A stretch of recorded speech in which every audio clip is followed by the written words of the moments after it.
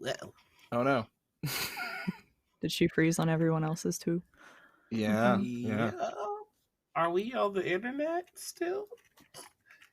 Oh yeah. No, we're still live. We're running the show now, folks. Hi, everybody. You know, everybody gets Gunhammer. We're We just at can't the part be where stopped everybody now. gets Gunhammer.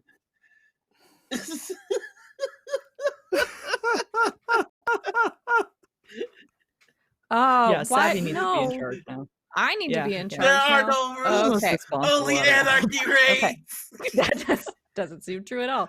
Okay. Well, Savvy, you're GMing, so go nuts. Okay. You all wake up. Oh, good. Usually I have something for this in a spooky castle on Halloween. Is this where the Gunhammer happens? And standing in front of you is a towering figure, terrifying, holding a hammer that's also a gun. Oh, shit. What would you like to do? I would like to be the figure with the Gunhammer.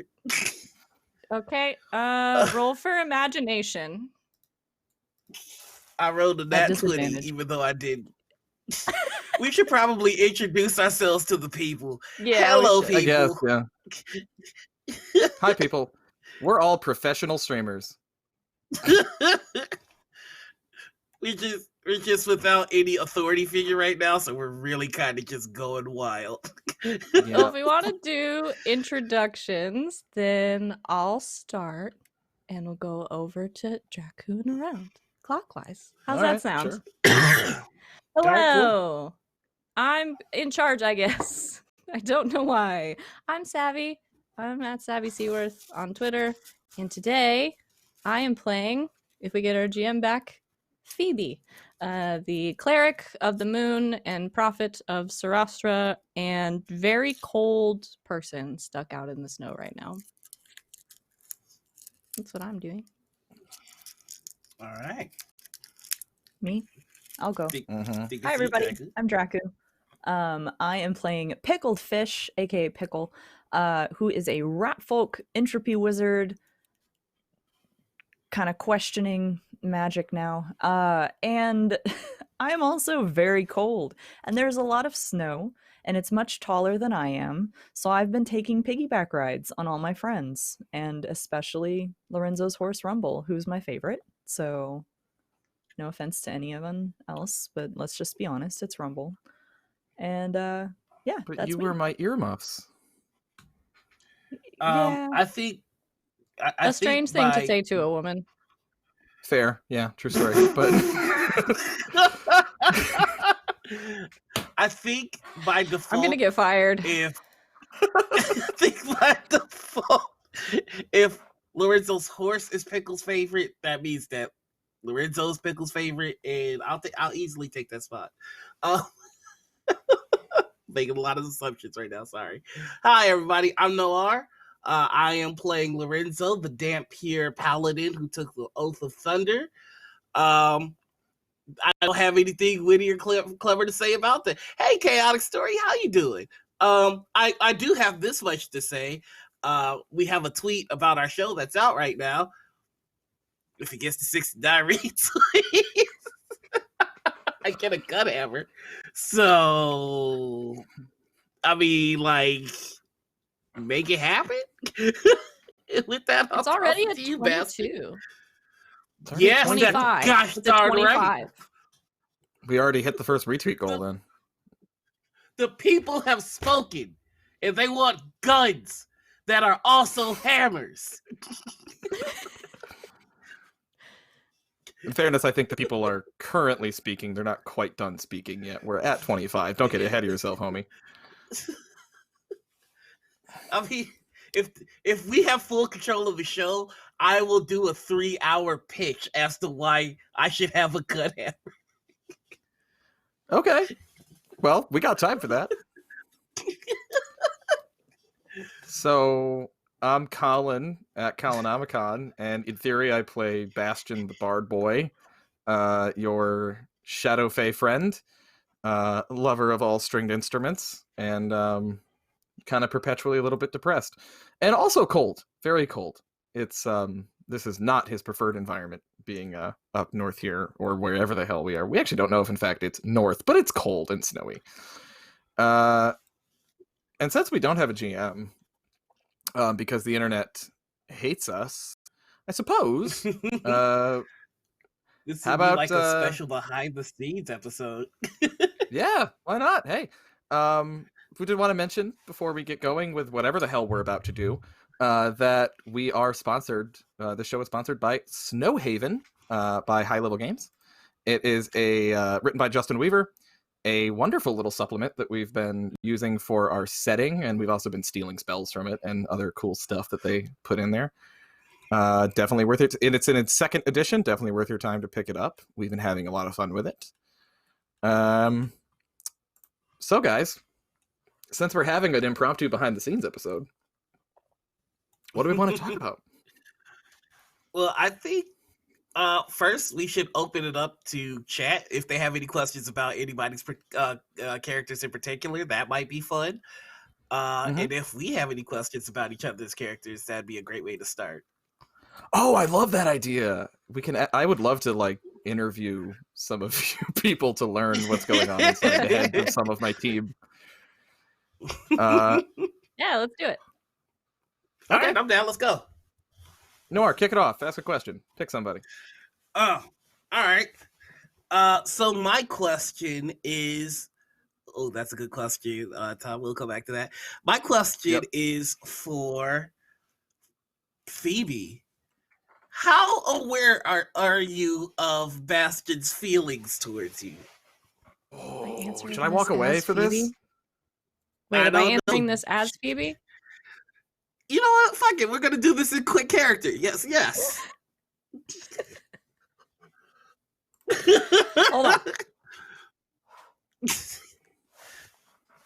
Ask me again.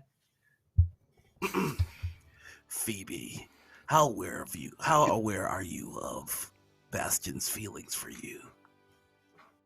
Which ones? Damn it!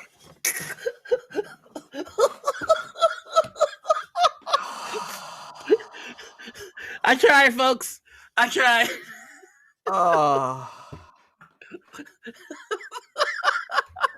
Okay, maybe we should let's go Do you have a follow-up question? from the chat. We had some good questions from chat, you know. So Okay. when do we get evil Lorenzo? What do you think now that Lorenzo's had the opportunity to kind of see like some of the steps that might put him on that path? What do you think? What do we need to do as your cohorts to push you down that road? So right now, the Noir answer is this place is a blessing and a curse in the sense that there are no such things as werewolves or dampiers. It's a blessing because nobody is going to look at him a certain way, and it's also a curse because nobody is going to look at him a certain way. So it's kind of like, if I do feed a little bit, nobody really knows what's happening. And I'm not a full vampire, so it's not like it's that bad. It's not. Lorenzo, no, don't make me do this. Oh. So that is how got out you of might end up. rehab. That is how you might end up getting an evil Lorenzo. You see, though, this is interesting. Because this is exactly what when you and I in season. This is great, by the way, for those of you who don't know. We had a previous season of this show with these characters and stuff on Kobold Press, and we had 9 episodes there. You may not have seen. You may. I hope some of you have been with us since then, and we love and appreciate you. But if you're coming new to this story, there's a hell of a lot that happened in season 1, and Lorenzo being a Dampier, I believe the incredibly offensive term I used for you was a parasite at one point, who drinks blood. Did not appreciate that. Well, in the future, it was future you, so fuck you. But the Lorenzo, being a vampire, or half vampire essentially, who is struggling with his kind of his origin and wanting to drink blood and all that, was a very big part of season 1, and we helped to kind of get him off the sauce for a while toward the end of last season. But it's interesting because one of the things that I said to you, Noir, when we were doing some of those scenes, was that it's like as soon as Lorenzo has this thing where, like, as soon as the eyes aren't on him and as soon as he's kind of like on vacation, he just falls back into drinking blood and being a fucking vampire. This is the ultimate vacation. This is like you're a vampire in a world where vampires don't exist. Sweet. Yeah. Sweet. No one's gonna judge me. We did get some more. We did get some more chat questions, and I know I saw one for Pickle. How does Pickle feel about having a chaos/void creature living inside her? Does she fear the chaos? Oh, so Pickle, I think at least to begin with, this has probably terrified her, and yet in some weird way has kind of given her an answer for her life. So to kind of go into her backstory a little bit, again, something that was touched on in season 1. If you're new, you may not necessarily know, but Pickle growing up worked in a dwarven forge, and once she one day something happened, cannot be explained, and suddenly her leg was on continual fire. This has always just kind of messed with her head, you know. It's like, did I mess up? Did I do that? Was something happening?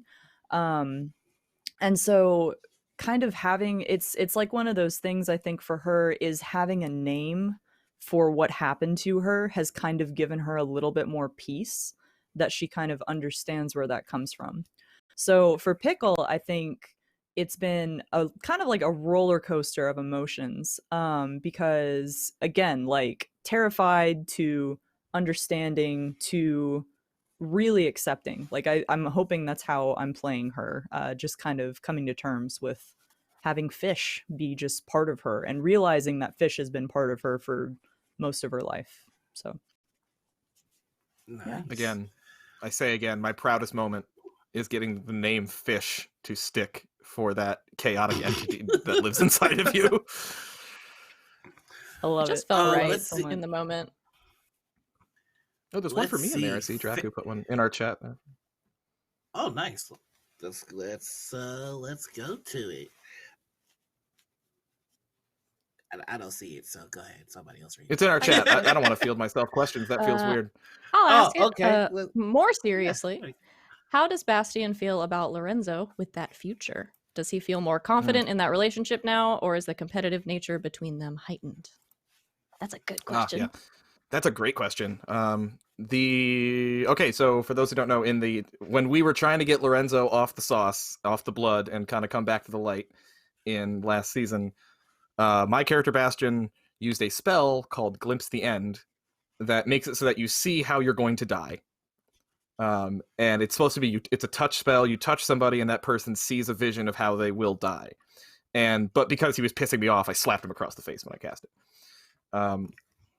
And in this future we saw together, Lorenzo had become an evil as fuck vampire lord, had become what he was sort of always groomed to be, and myself, Phoebe, and Pickle hunted him down and killed him. And actually, by the way, I got a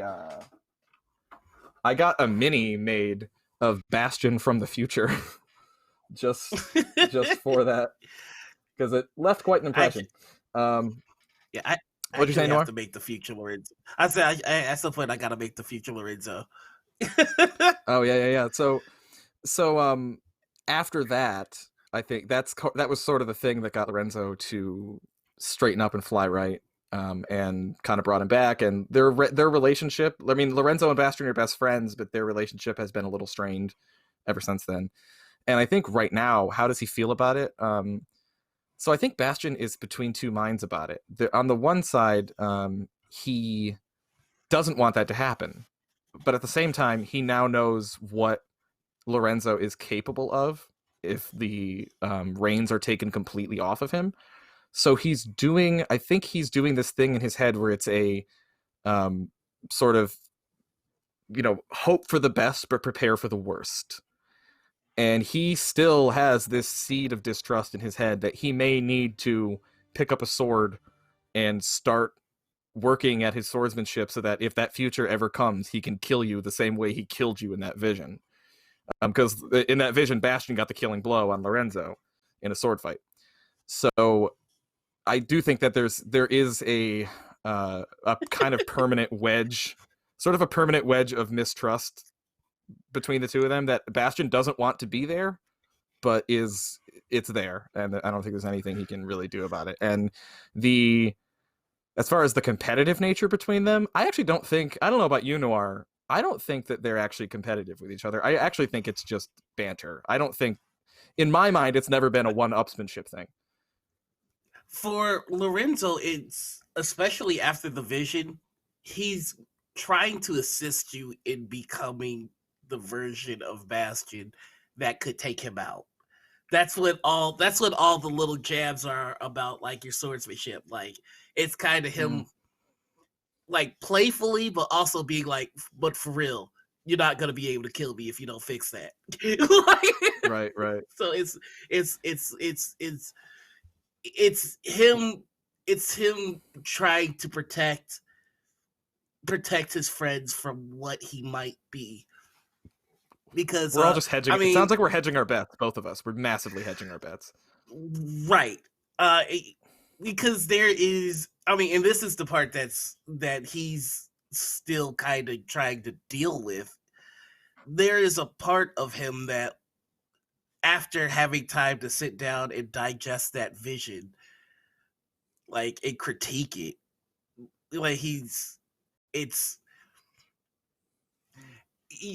it's like when you're raised in a family of like politicians, and you try everything in your power not to be a politician, but somehow you kind of fall back into being a politician.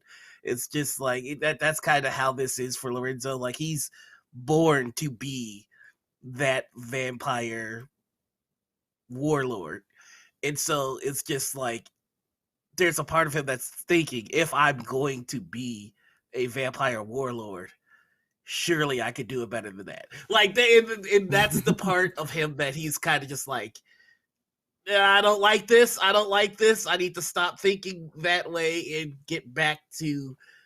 In my head, there's the paladin and there's the vampire, and he's always kind of juggling between those two things, and it's been harder for him to listen to the storm with all the stuff that they've been in, which is why when he saw the storm, he ran to it, because it's just like, this is as clear guidance. as it's been. Yes, in finally some time. guidance. Yeah. So that's where he's at. Yeah. If I can jump on your question for a second, I think that's one of the most interesting things to me coming off of that last season and everything is now the three very different places I think the rest of our characters are at with their trust level in Lorenzo. Because I think that's informing a lot of what we're doing right now, and it's really interesting and fun. Can I ask about that though? So, like, where is Phoebe with her trust with Lorenzo? Not great. It's not great. Phoebe puts on a face a lot. Most of the time she says what she's thinking, but there is a lot of times when she tempers it for different situations.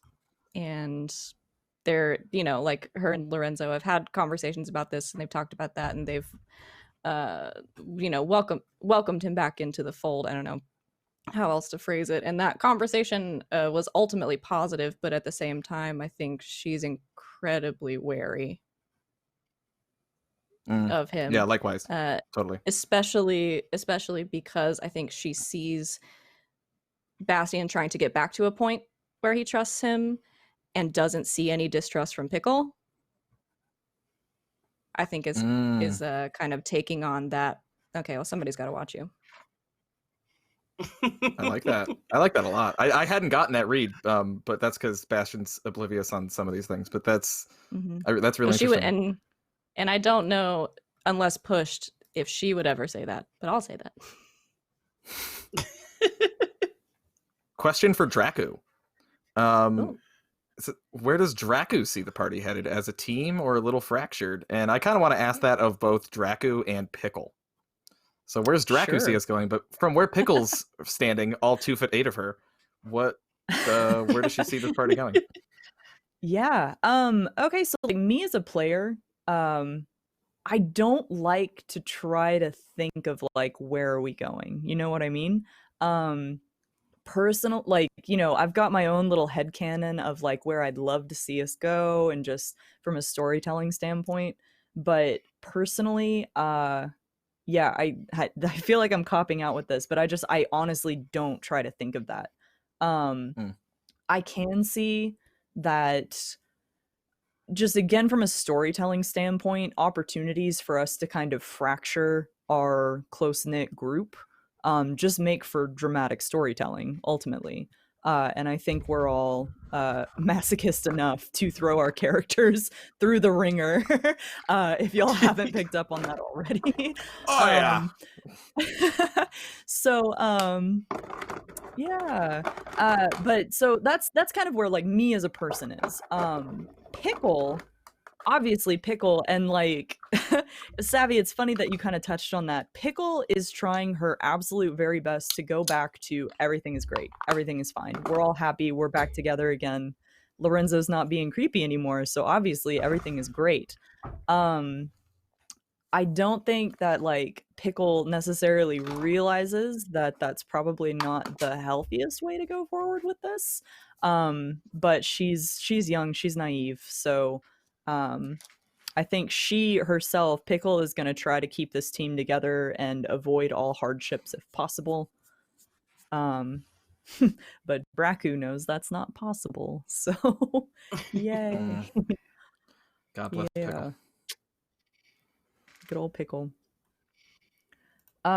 Another question I saw that honestly I'm excited to hear everybody's on this one. The favorite spell that we've had a chance to cast. If we want to go around and do that. Look, because that's yeah, a let's good go. one, yeah. Yeah, Noir, go. Why don't you take that first, bud? It didn't have much of it didn't have much of an effect, but I still love the theme of it, which is a spell that Lorenzo cast on Pickle season 1, which was called Heart to Heart. And what it does is as long as one of us is standing, if Pickle were to be dropped, Pickle would not need to make death saves as long as Lorenzo is standing. Oh, that's an awesome fucking spell. Right. And it's only if Lorenzo drops 2 that they then need to make death saves. But just by virtue of one of them being standing, they stabilize when they get dropped. And I love the theme of that, because in terms of where Lorenzo is on the spectrum of paladin to vampire, in the beginning of season 1 he was very much leaning on the paladin side, and as it kind of went on, that's when he started to slip. I feel like the casting of Heart to Heart was him at his most paladin, where it's just like nothing's gonna happen to you, but it was like in a good way. We got to see where that paladin mentality of nothing bad is gonna happen to you got corrupted later on in the season. For me, I mean, it has to be Glimpse the End, right? I mean, that wasn't just a spell, that turned into a whole scene, which, by the way, guys, like, I mean, I feel like I end up saying this on every stream, but like, get you role players like this, because we didn't plan any of that shit, and I cast that spell. I had told Lydia before I wanted to do something like that. I was like, I think I know how to get to Lorenzo. Like, I was planning this in my head, like this Glimpse the End intervention that I was trying to use on Lorenzo. but what we never talked to anybody else about it. And what I didn't even know was that Lydia was going to suddenly turn it into a scene where she dropped us into this rando scene and said, okay, it's indeterminate number of years in the future. Lorenzo's super evil. You're all here to kill him. Go. And we just had to just vamp this whole fight scene. And it was incredible. It was one of my favorite roleplay moments I've ever had. I absolutely adored everything about that. And also just, I mean, the flavor of that spell is just so fucking cool. I mean, you know, touching someone and letting them see the way that they're going to die. And I particularly love with that spell, the way it's written, that it's not prophecy. This doesn't mean that this is how you will die, but it means that if things stay on their current course, this is what will happen, unless you make some drastic change, which that flavor was absolutely perfect for what I was trying to use it for. Let's try to get through to Lorenzo. This is what will happen unless you change your ways immediately. And what I particularly love about that spell is we've talked about this behind the scenes, y'all, like a few times, about what would happen if Bastion cast it again. And I'm so terrified to find out. Like, would the vision change? I am so excited. I'm excited to see if it does, though. Like, and this is part of the conversations that we've had behind the scenes that we're kind of now bringing forth to you all, which is what if it doesn't change, or what if it changed and Lorenzo wins? Yeah, like it's just that spell opens up the door for just a lot of shit. I guess, you know, to be fair, the spell shows you how you're going to die. So it couldn't possibly change in such a way that Lorenzo wins that fight if that's where he dies. It would just show him dying at a later date, right? Like, we wouldn't see that then. So here's what I think it would show, especially thinking like Lorenzo does. If I believe, having seen that spell now, if he gets back to that moment and he recognizes it, he would have a failsafe to take everyone out. He's including like, himself. Oh, this is where I lose. Okay, we all go. Like, I think that's the big change. Yeah. I think that's the change. He's pull a Batman on all of us, right? That's what it is. Yeah. He's got a dossier on everybody. Yeah. Vampire joke intended. Sidetrack, but yes, Shame on you. That is Shame definitely on you. Glimpse the End is definitely my favorite. And by the way, we should mention a lot of these spells we're talking about came from Kobold Press, from the Deep Magic supplement that we used for the first season. Literally all of my spells were from the Deep Magic supplement in the first season. Now there's a few that aren't, but I was a real company man in the first season and used all Deep Magic spells. And Glimpse the End, to whoever at Kobold Press wrote that, brilliant. Savvy, what's your favorite? I'm gonna say two of them for different reasons. Because contrary to being a cleric, Phoebe hasn't actually cast that many different spells because there's been a lot of healing recently.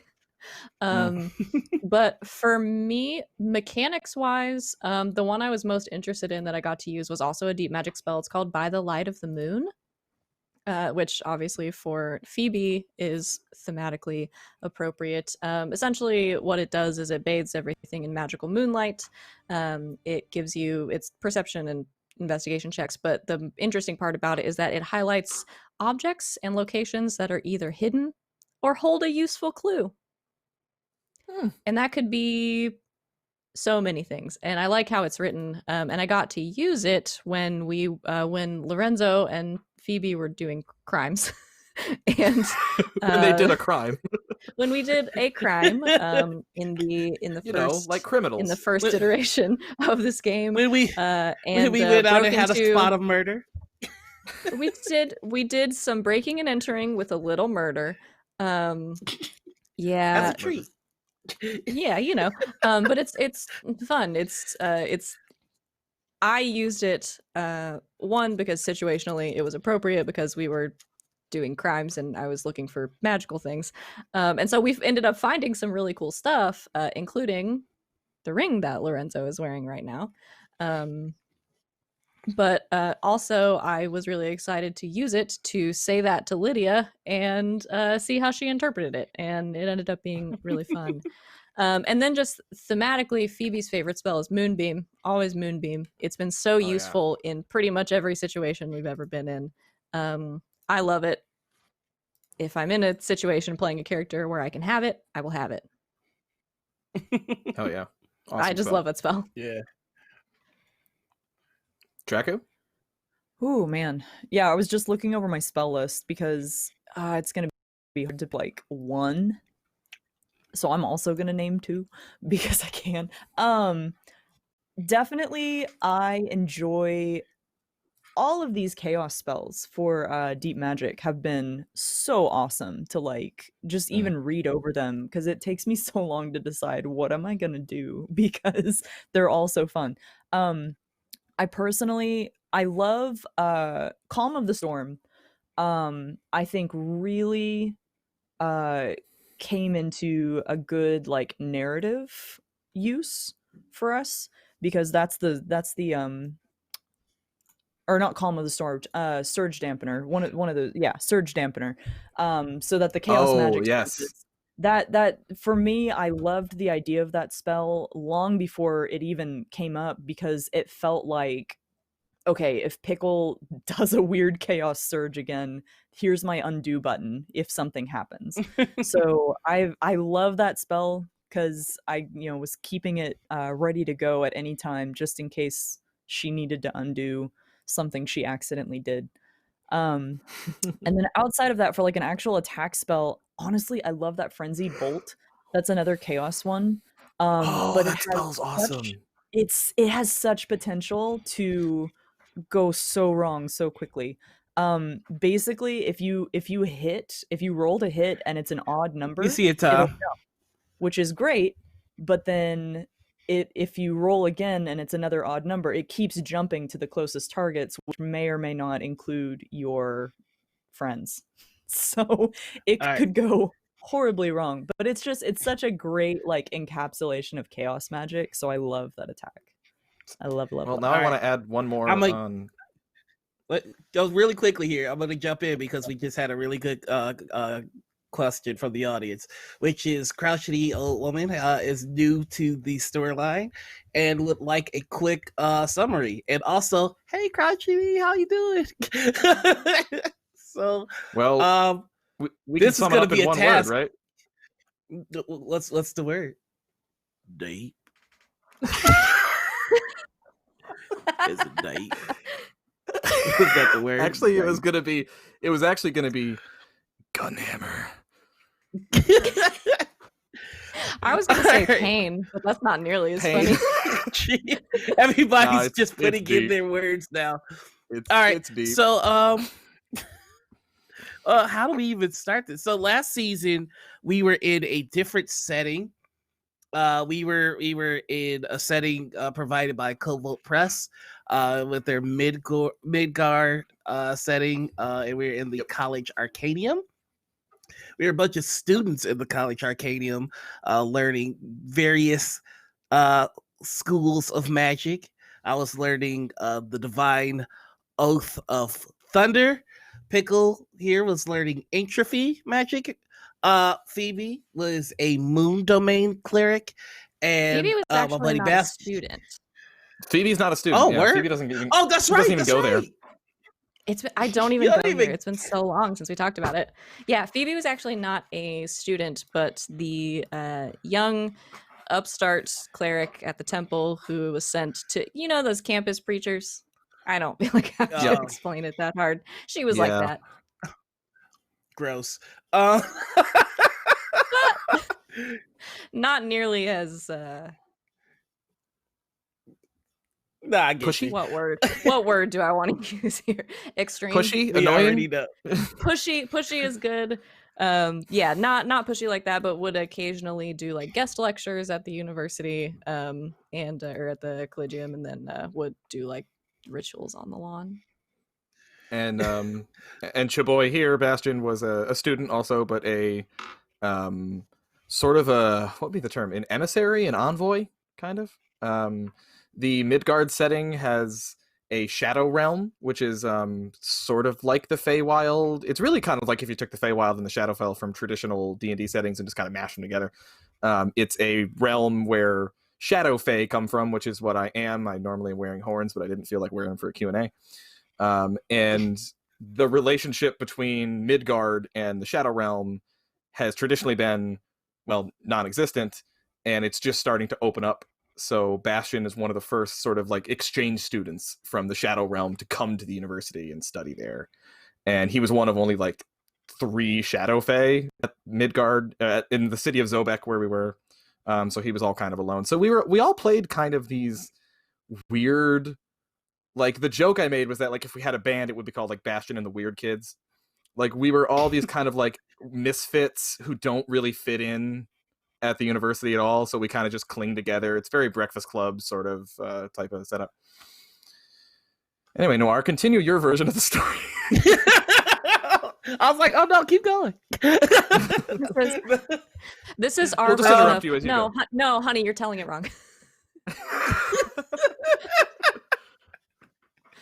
So, and I was playing Lorenzo, who is also, again, the school's letting in more and more different types of species into the Collegium, and I play a Dampier, which is a half vampire, half human person. So we were all kind of like the freaks and geeks. Yeah. The first Weird episode really started with us all getting together. Lorenzo got in a little bit of trouble, got kicked out, went to his best bud, Bastion. It was just like, hey, things aren't going great. I got kicked out. Or I got in trouble. Bastion's like, well, let's go to a moon party. Lorenzo's like, cool, that sounds dope. And we meet up with Pickle, who's just this adorable, like, awesome wizard who has like a rivalry with this other chaos wizard. It's all better, so fun. You need to check it out. But long story short, we all get together. There's a moon ritual and a moon party that we're all going to. And for lack of better words, of course, with the moon ritual, that's who's leading it. We've got Phoebe just killing it, being the head of this party. And really, you need to go back just to listen to Phoebe's speech in episode 1 because it's choice. Anyway, the moon ritual goes off, and it's just supposed to be this cosmetic little flare where everybody sees lights or whatever. Nothing really substantial is supposed to happen. What does happen is we get shunted forward in time, and the only way to describe what we end up in is it's a clusterfuck. And it doesn't get unfucked until the very end of the season. But what the story of season 1 is, it's us being lost and having to find the will to make a decision, and having to find the strength to reach out to your friends. It was a really good time, and somebody else needs to take the story reins because I'm just in the emotions now. I think Noir, you're hitting on like what we kind of established early on with this team and with this party and with these friends, this group of friends, is that, you know, in that first season, the big theme of it was just being flung far from where you're from and trying to find your way home. That was really what it was all about. We were just trying to get back to the university, trying to get home. And of course, the irony being that we spent a lot of time in my home, technically, Bastion's home. We went to the Shadow Realm. We got flung into the Shadow Realm. Had a time where we met Bastion's sister, who was played by Anna, Nymeria 941. And she was... It's my favorite episode of... Yeah, and also Lorenzo's thirsty for it. Yeah. Hey, So Katrina, how thirsty. you doing? Let me get your number. What's up, girl? Bastion, why your sister thick?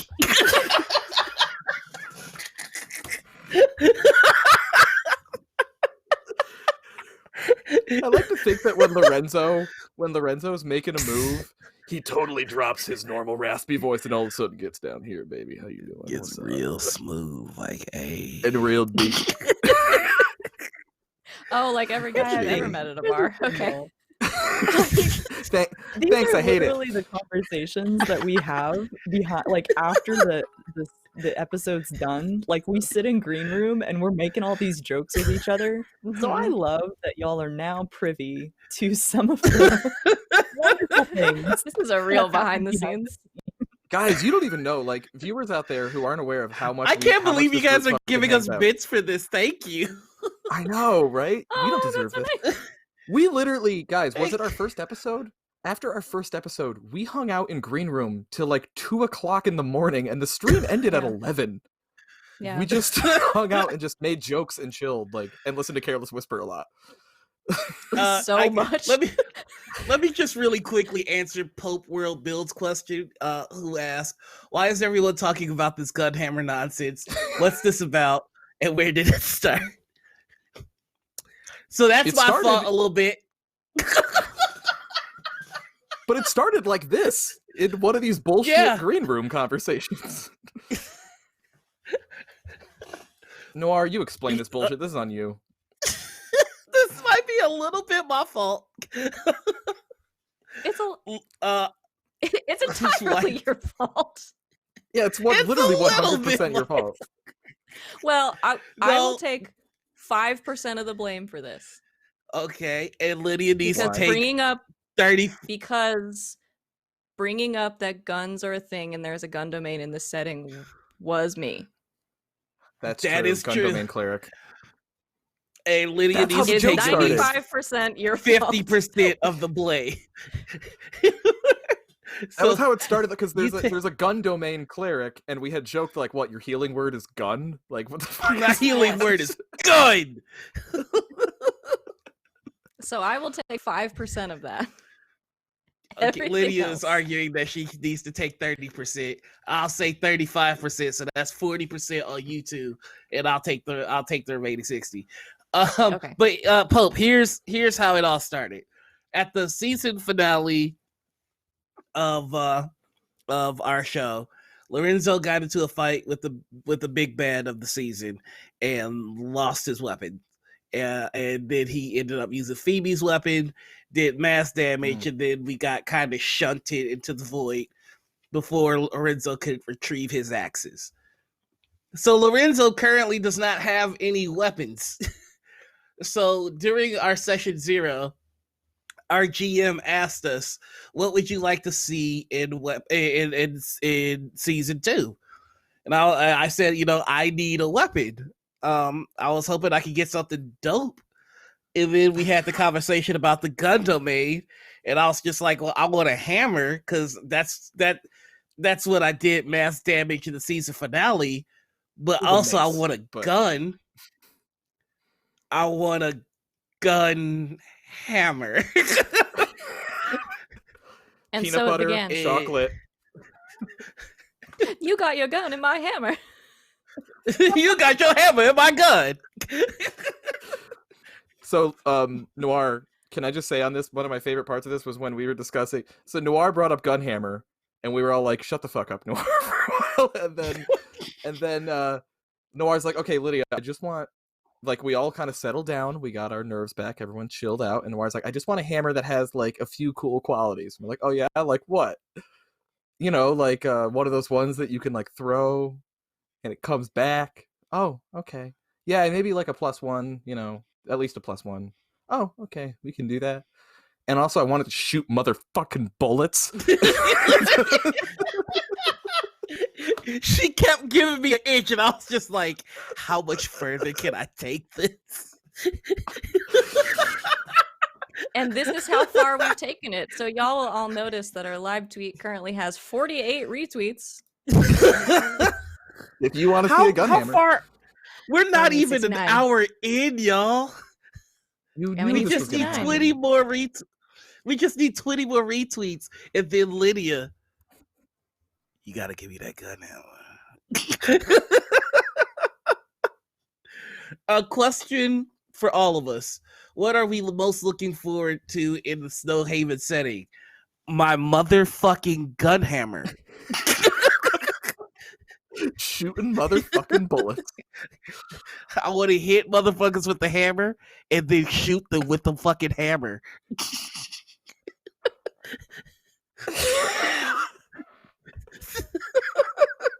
Okay, actually, in the Snowhaven setting, what I'm most looking forward to, I love like I'm a huge fan of like the Philip Pullman like Northern Lights and his Dark Materials series. So this setting totally brought me to that headspace of like that like Svalbard, far north, Northern Lights, all that beautiful scenery and stuff like that. And the fact that right now we're out in the boony, we're in the sticks, we're in the middle of fucking nowhere in this setting right now, but the Snowhaven setting does have of course, big city in it called Snowhaven. And me personally, like in every role-playing game ever, well, specifically Dungeons and Dragons, it just always seems to be Dungeons and Dragons, I love a city setting. I'm a huge fan of a city setting. And so I'm kind of most stoked to get to that city and see what's up. All right, serious talk time. What I'm excited about for this setting is how dangerous it is. And I'm not talking about like the creatures or anything. I'm talking about the fucking fact that the cold can kill you, a blizzard can kill you, an avalanche can kill you, frostbite can kill you. Like I think that more games need to play up the survival aspect of being an adventure. Like I'm kind of over the fact that I can play a character that travels the world, and that's just a side note to the adventure. Having to find a place to warm up. Like I don't know about y'all, but during the first episode, like especially because Lorenzo was the one that did not get protected by fish from the cold. Like having to imagine him being like freezing and doing all this stuff and then having to make his con saves. It was exhilarating, and I love that kind of stuff.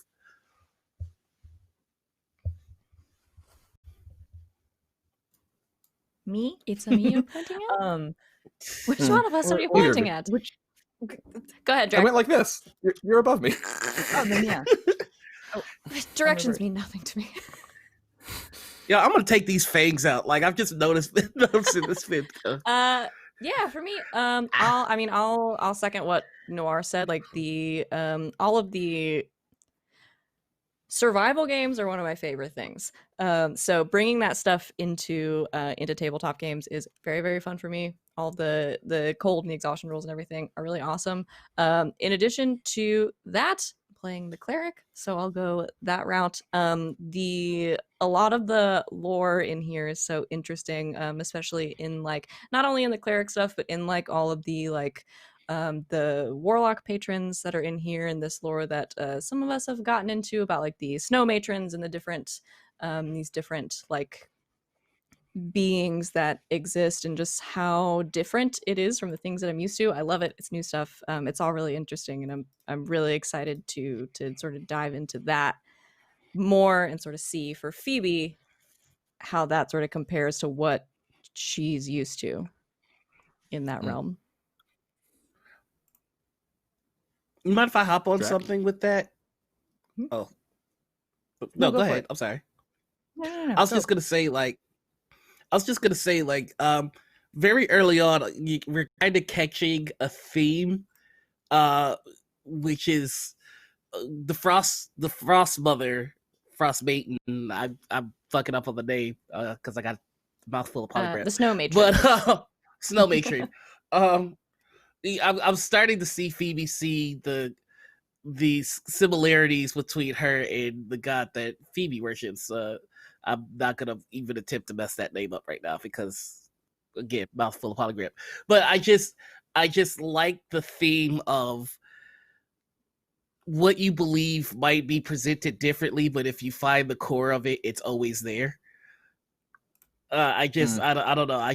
I like that for Phoebe. I like that storyline, and I'm kind of seeing it a little bit for Lorenzo in the sense that in the storm that I always imagined that he follows was always like rain, thunder, whirlwinds, but now it's like the storm is snow, blizzards, and all that kind of stuff. It's still the same heart of what he's all about, but it's presented differently. So I kind of like that as a running thing. Draku? Yeah, definitely. And I love, like, just to even chime in on that with Lorenzo, I love that the storm was a snowstorm. You know, like, obviously with the setting it makes sense, but like, ooh, what a fun direction to take that. Because thunder snow is really terrifying and beautiful, like, all at the same time. So I don't like like it. that's awesome, I think, with that one. I also agree with Noir about how this is definitely a lot more unforgiving of a territory. Um, I mean, I got attacked by terrifying snowcat creatures in the first episode, and we nearly dropped Pickle, and I think we nearly dropped Phoebe too. Like we were getting Yeah. torn apart. So that, I mean, not to say that season 1 was cushy. It wasn't. Don't take that the wrong way. But the environment, at least, was something that, you know, we didn't have to worry about the environment per se. It was just whoever was attacking us. But now, again, the environment is so much more of a factor for like us staying warm, us not getting lost, things like that. So I kind of like that overhanging, like, complication that the environment has. And Yeah, I mean, I'm sorry. sorry, I was gonna finish with I am so excited to meet a Yeru. Like that was like when I was reading through the Yes. PDF and I was like looking at the different races and everything, and like the Lapsa are also really cool. I love the idea of that as well. But like the Yetu are like, I don't know, I'm so excited. And the way that we ended last week with that cliffhanger, I'm ready. So that's what I'm looking Get you forward the to. Snowhaven book. Yeah. We have a question for Phoebe from a while back that we haven't gotten to, so I'd like to go back to that. Yeah. Okay. Phoebe, what is your relationship to Sarastra? Why is she your deity? And what does she provide you aside from, you know, cool magic stuff? Oh, what a interesting and loaded question. So Phoebe, we haven't really gotten into a lot of Phoebe's backstory. The reason being that for her, there's not a lot there. She's a orphan child of the church, that kind of thing. She has always felt incredibly close to Sarastra. She's always been sort of obsessed with the moon. Part of that has to do with the fact that she was brought up in a temple to Sarastra, so obviously she's going to feel close to her. There's some other stuff about her that I think sort of gives her that extra push. Her family name that she has, or that she adopted from the people that raised her, is Cianadel, which means Moonbrook in Elvish. She's been moon themed her entire life. And yeah, so she was sort of brought up in that religion, and because that was the thing she had to cling on to, she took it very seriously. And for her, I think that has always given a sense of comfort when she needed it, because again, like, we're a group of weirdos. She's one of those weirdos. Phoebe's kind of weird.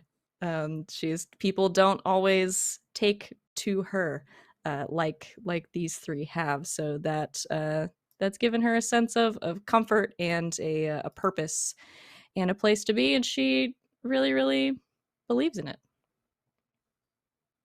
And I want to mention on that, like, one thing I find really interesting about Phoebe, like from the very inception of this character when we started talking, is that Phoebe, for those who don't know, is elf touched, which is the sort of, really, I guess you're a half elf basically, but it's essentially a half elf.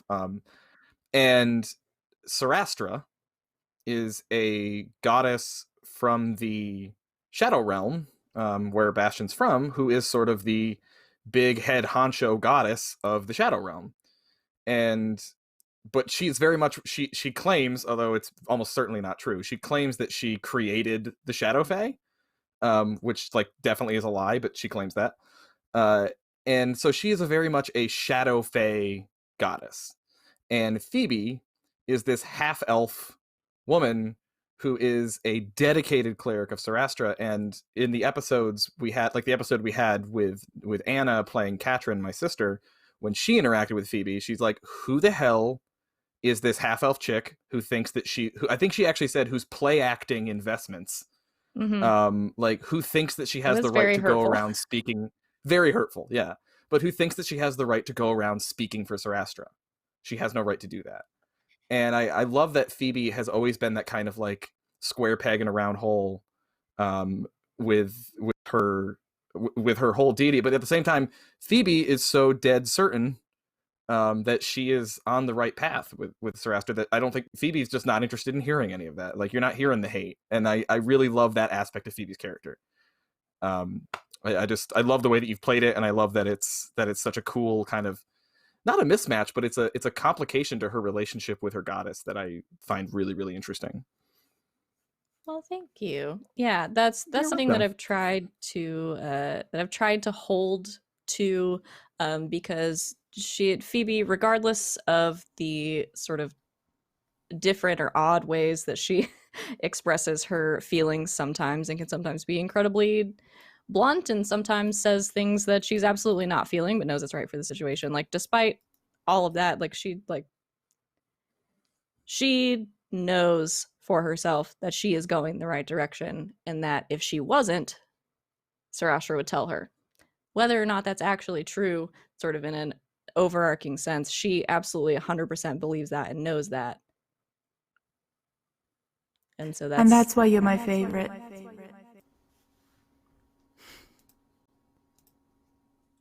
That's Fuck. it.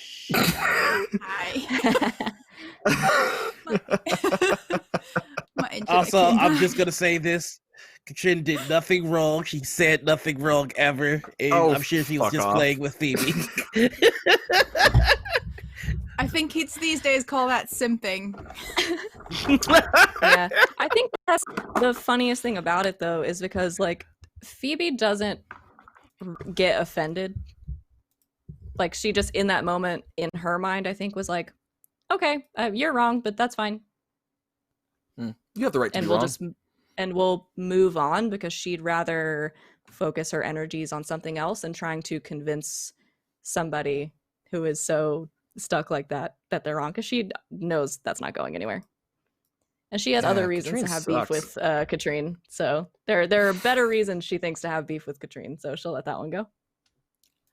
Oh, better reasons. That's like that's loaded. What, as in there should- what better reason? Yeah, that's a loaded statement. She said mean things about Pickle too. That's true. Yeah, my one true love, picklefish. Exactly. What are you? Wait. But What you're are you already married to implying? her, so Listen, it was. That was If one we night. live in the world, if we, Phrase it. If we What do you live in mean, the Fraser? world, You wouldn't get down with Pickle? I We are do want to highlight. I want to highlight this one comment in the chat, because I think it's absolutely right. Critical Misses has just cast Phoebe as the dude, and said that's just like your opinion, man. And I think that's absolutely right in certain situations. That is- probably, yeah. I can see that. Hey, who are you? We are edging. Me? Dodge that question. Hold on. What? What's up, Lydia? How you Basket's doing? dodging the question whether he I'm- would give Pickle the business.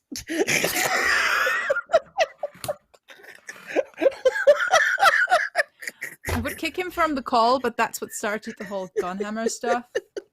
So I've already planned out my next hashtag. It's Gunchucks for Pickle. Gunchucks. Amazing. Gunchucks. Thank you very much for keeping this going, by the way, folks, while I was slightly gone and cut off from the rest of the world. Thank you very much, Virgin Media. That's the sponsor gone. But I also noticed that there were a lot of questions in chat about the Snowhaven setting, and of course we had Justin in, who was one of the main people responsible, lead developer for the Snowhaven setting, which I'm just going to throw in chat one more time. And I will say the Yeti will make an appearance, because I mean they're too cool not to, right? And they do have steam-powered everything, really. So if there is a Gunhammer to be had, possibly. Well, is there? Possibly that could be a connection. I mean, there is no if. My two babies are gonna come through, and we're gonna do this. I mean, We're at listen, 52 retweets.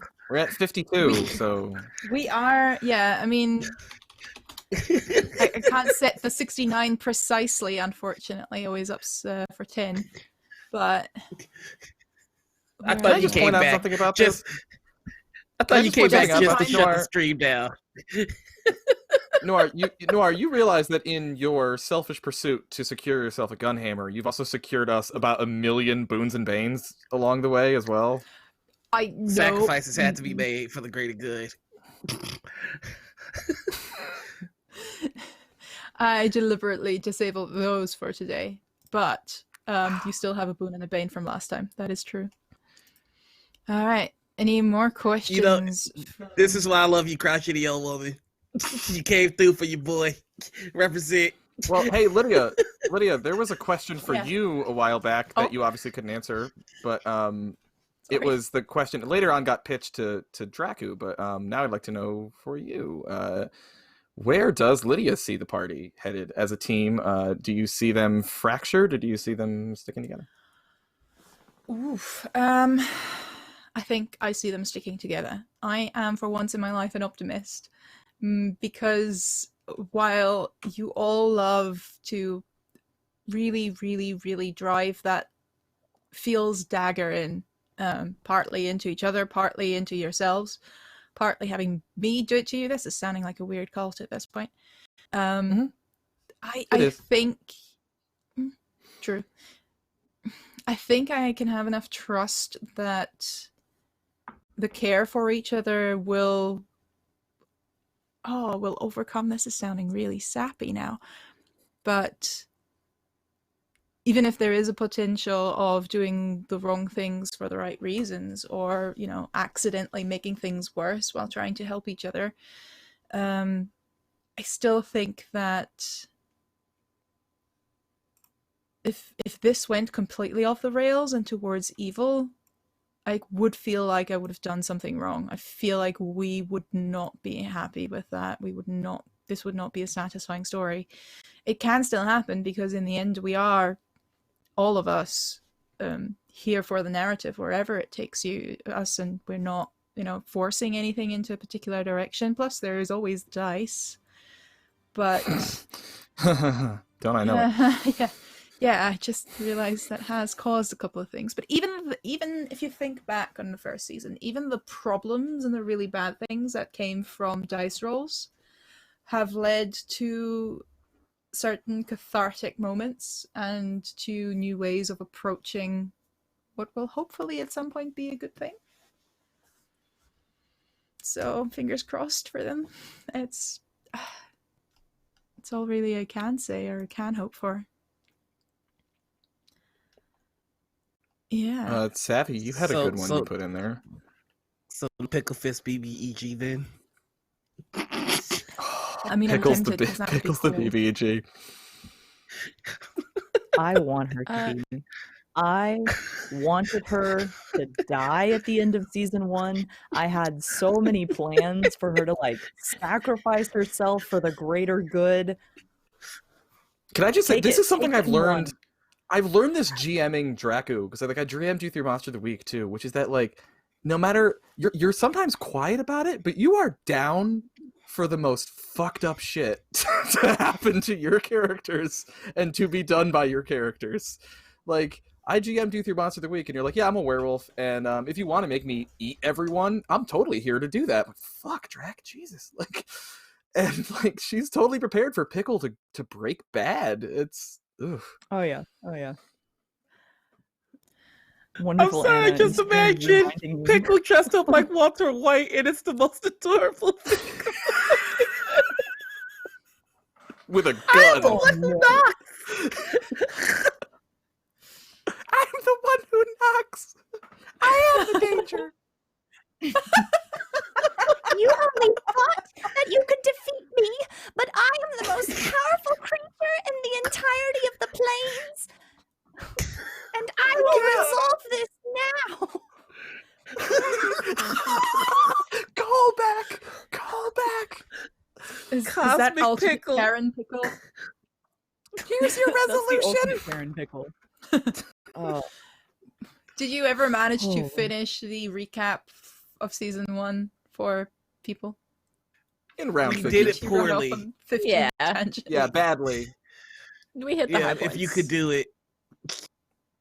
Well, a very quick version of it is that after the first events in the Arcane Collegium, it all went a little bit sideways due to a magical event, due to a creature of the void deciding to chase after a little thing that is actually a very big, very powerful, a very ethereal and unfathomable being of the void, which these 4 geniuses, of course, aptly named Fish. And and Fish was hiding within Pickle. So I guess there was that chance of Pickle becoming evil, depending on how they would treat Fish. They were thrown out into the Shadow Realm. From there, they accidentally ended up in a subplane of undeath, basically hell for the undeath, called Evermore, which was a nice little vacation for Lorenzo. And eventually, they made their way home back to. So no. Yeah, we don't need to talk about that. Nothing happened. Should we We talk all about went there. your you going We swimming went in there. a river of blood and completely We went there. We saw the sights, and then we forgetting- left. Nothing happened. forgetting your humanity as you abandoned your broken and beaten friends to enjoy thirst and hunger. I remember that differently. Well, your eventually version of they made events. their way back to Zobek and to the Arcane Collegium, where that creature called a Nihileth was still wreaking havoc. And, well, now realizing that the creature it sought, Fish, hiding within Pickle, was back, it was only going to be a matter of time until it got to you. Fish, at this point, spoke to our friends and had, of course, been watching the goings-on from within Pickle and had decided that I kind of like these guys. And Do the they voice. decided... Do the voice. Well, it had decided that it wanted to be Friends? Can we be friends? and they decided, well, this is a terrifying thing to happen, so sure, let's be friends, because the alternative sounds scary right now. So that friendship is still a little bit wonky, but when the last fight between the Nihilith and our 4 friends took place, and it was defeated and they were jettisoned into the void with the demise of that evil creature, well, Fish kept them safe and floating through the void, which is where we started this season. So if you want to catch up on that first episode, which is, of course, on YouTube, and which is the new Snowhaven setting that we started with that. So with today's Q&A, but also with a little bit of summaries that we'll provide, you can easily jump into this new campaign because while floating through the void, Fish offered them a chance to travel, offered them a chance to see New World, and Lorenzo's calling brought them to the world of Snowhaven, into the frozen wastes. So with all the things we talked about Snowhaven today, the Yeti, the Lapsa, Fox People, the Snow Matrons, Snow Mother in this case, and other things that I still have in store that I couldn't get to today due to technical issues, we are going to explore this beautiful setting together, and I can't wait. So jump in with episode 1 if you are interested in these fantastic characters, and then find yourself drawn into the maelstrom that is just deep, yes, I'm using that word deliberately, their characterization has gone in that. Thank you. And how deep these players, absolutely fucking fantastic players that do occasionally rub my last nerve, how deep they have taken it, and then rewatch season 1 because you'll have to. Hey Lydia, Savvy just brought Yes. up in our Green chat one of my favorite moments from last season that was likewise, much like tonight, brought on by technical difficulties, if you recall. When we were Bastion's plop in the river. Yeah, so when we were fleeing the Shadow Realm, we were on our way out of the Shadow Realm, getting chased by guards and shit, trying to find a portal out. My internet dropped out in the middle of that stream because what's your shitty ISP, Lydia? It's Virgin in your case, right? Yeah, so Comcast in my case. So more ISPs to hate on. Dropped me out. Oh, I don't even give a. I mean, come on, come at me, Comcast. My internet dropped out. So I would have Lydia laughed so hard if your shit just shut down right then and there. I would have laughed my plums off. Like, come at me, Comcast. Fuck.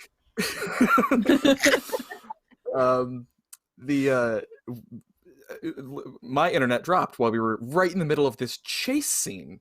That it was like a big intense moment, and Lydia, being the fucking world-class GM that she is, just ran with it and made it so that everyone else went through the portal, and Bastion did also, but then when they appeared on the other side, he just wasn't there. And we're in Evermaw, and all of a sudden they just see a body fall from the sky and land in a blood river. And it's fucking Bastion drowning in a blood river. And Phoebe saved me. That was also one of my favorite moments. Phoebe just, without hesitation, went freaking Baywatch and just ran and dove into the river and saved me. I'd like to say for the record that Lorenzo offered to do it. Yeah. Well, it's so sweet that you offered. From Phoebe's perspective, he didn't though. So Phoebe took out a rope, tied it around her waist, and tossed off the end of the rope and dove into a river that was slowly eating the two of them alive. Yeah, we both almost died in there. I was unconscious. I fell down to 0. I pulled you out. I don't think I've actually ever said this, or this is twice now, but I did pull Bastion out of the river with a grand total of 5 hit points left. And that river, when you're not undead, takes away hit points. Just saying. They knew that. She knew that. And nothing else happened there, so we can move on from that part of the story. Crouching the old woman, we don't talk about what Lorenzo did there. Then we made it back to the Collegium. I'll say. And we went to a diner, and it was good. We did go to a diner. It actually happened. Yeah, we did have a diner. I'll say, for me, that was one of the role-playing moments across the first season in which I surprised myself and did a thing, and then later was like, "Oh no." That was a real Phoebe brain moment. Yeah. For me. People did keep failing sanity. Well, sanity rolls are called, in this case, just con saves, of course. Because Chaos Wizard and stuff. But to be fair, she's been doing that generally a lot. Might have something to do with that void entity within. Yeah, let's talk more about fish. Hold on, isn't fish within all of you now? Do I have to? Yeah. Yeah. Cool. Noted. Remember that for next time. Wait, what do you mean? Y'all get to make sanity saves too. Oh, balls. Con I didn't saves. realize what you were implying. Oh, shit. Wait, I don't understand what's happening here. I'm lost like I usually am. What's going on? Somebody explain it to me. Originally, Pickle's entropy comes from having clashed with Fish and having that sort of within her. Now Fish is part of all of you. That might have some consequences that I still have to think of. Is it joy. being forced to live a life with a tramp stamp consequence enough? That was your. I will say that right now. Force is a strong word. Yes, this is important. That was your choice. Noir made the choice. Lorenzo Noir made did the not. choice. So Then Lorenzo why was forced. Noir So the such- verbiage sticks. You did this to yourself. Yeah, We're at 64 no, retweets. Yeah. Oh my god. Keep them coming, baby. 5 more. You know what to do. Oh, and, Anna says can't believe Enzo has no idea how Katrin feels about tattoos. That's ambiguous. Oh, so yeah, purposely. if we're continuing with the Q&A, I would like to ask Bastion, how's Katrin feel about tattoos? Yeah. Well, you wouldn't notice. You wouldn't know it because she keeps so well covered up. But underneath there, full sleeves, both arms. She's got like Yakuza tats under there. I know, but you know what? I actually am gonna ask Bastion. How does Bastion honestly feel about the thirst that Lorenzo has for his sister? Okay, no, that's actually a good question. I think seriously, because there's I was between two minds on this. Super hard. for one thing, for real, like for one thing, Bastion and Colin couldn't tell if you were just fucking with him or if you were for real. Like, and because Bastion and Lorenzo love to bust each other. They do it. It's a huge part of their friendship. They're always like ribbing each other. And I think Bastion actually was not sure if you were serious, if Lorenzo was dead serious. So I'm going to ask first, Lorenzo, are you serious or not? I think that Lorenzo doesn't know how serious he is. And that's why he keeps poking at Bastion to figure out if it's okay to be serious. Interesting. And that's the answer. Yeah. No, I mean, that's... I think... So, Bastion, I actually think, would be chill with it if he was on better footing with Katrin. But if he was on... No, well, there's also the Lorenzo problem right now, too, of course. But yeah, the Lorenzo problem. Yes. What do you do? How do you solve a problem like Lorenzo? Well, I was about to sing it. Okay, cool. Yeah, see, you're Austrian. Nope. No, I don't want to. I think that if he was on better footing with Katrin, I actually think he'd be kind of great with it, because Bastion is the kind of guy who's like, if him and his sister were super tight, he is the kind of dude to be like, oh, my best friend wants to like be with my super cool sister who I love. That's great. All my friends will be together. It's awesome. But because he kind of has a never-ending fear of her, I actually think he was legit when he said to you, like, dude, she'll eat you alive. Like, you're not ready. Like, don't even try. She's too much for you. And there was no joke in Bastion saying that. He was dead ass about that. So I don't know. Take from that what you will. What I would give for a glimpse the end vision where it's fucking Lorenzo and Katrin working together to be evil. Oh, that's Bastion's unique hell. That is his fresh vision of hell. Oh, that's a great point. Draku, so we had this one a while back. I'd like to ask about if the end scene, by which we mean the future scene where I shanked you through the eye with a sword, if that is an eventuality for the characters, does that settle or unsettle any of you?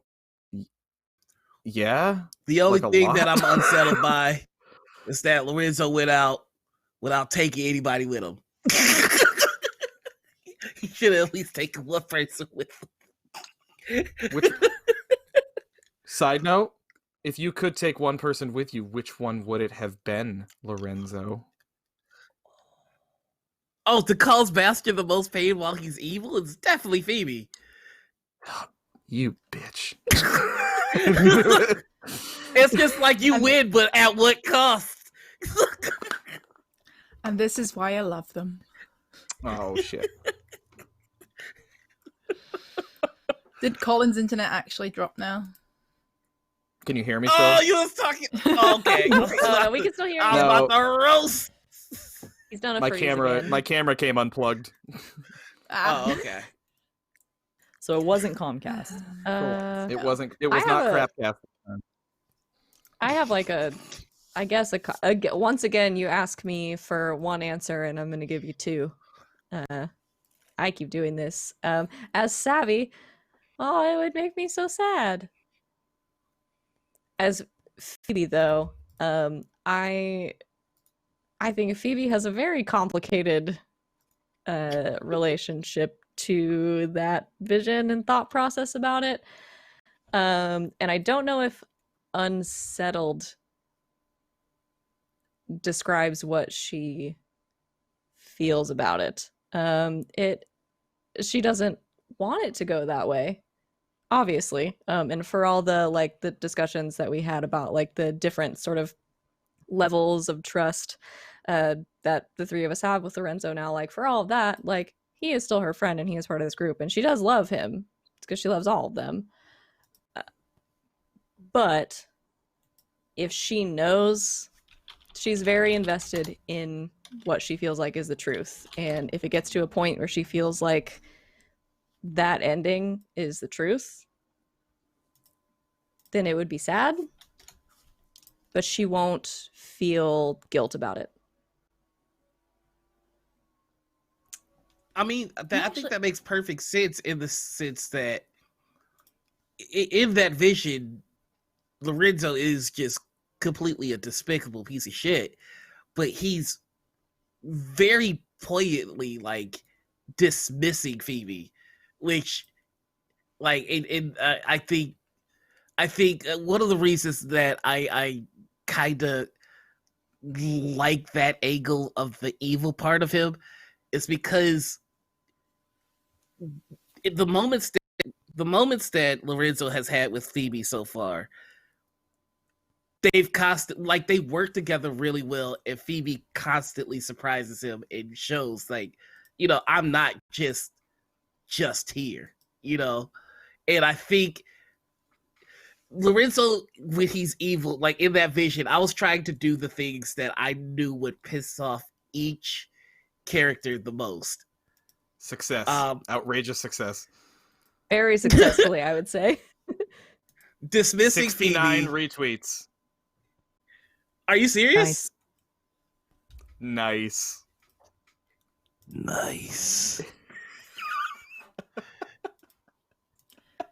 And it happens while I talk about being evil Lorenzo. Oh, let's hope that is.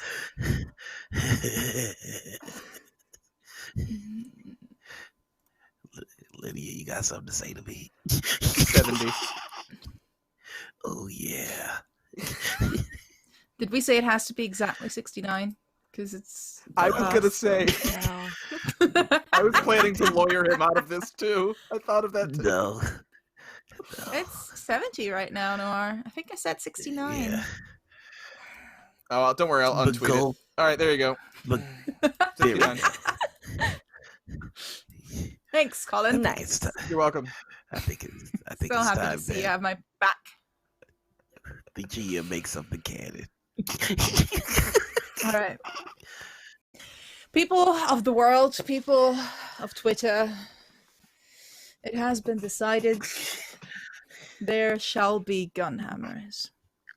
Yeah! Yeet!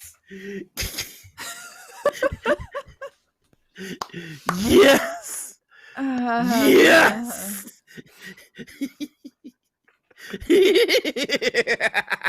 I feel a much stronger feeling of success than I thought I would. I know, Right me now. too. I was like, oh man. Oh, we did You know it. the problem now We is did it. though? Here's the problem that I'm gonna have now. every show that I'm gonna be on from now until the end of time is gonna be like, so our Go Live post is gonna get 70 retweets, right? Use your powers for good for once. Also, I mean, you know what we could do though, Noir, because I saw that beautiful, absolutely beautiful rendition of a certain lyrical masterpiece that you did in Lorenzo's voice a while back. What was it? Oh yes, Barbie Girl by Aqua. Hey, I think if we keep that 69 retweets up, as in every time we manage to hit 69 retweet, Noir here does a new rendition of maybe Call Me Maybe next time, or Maybe was a good one. Yeah. Whoa, 1,000 miles. Maybe 1,000 miles. I don't know about this. This is getting kind of crazy. I was going for Total Eclipse of the Heart.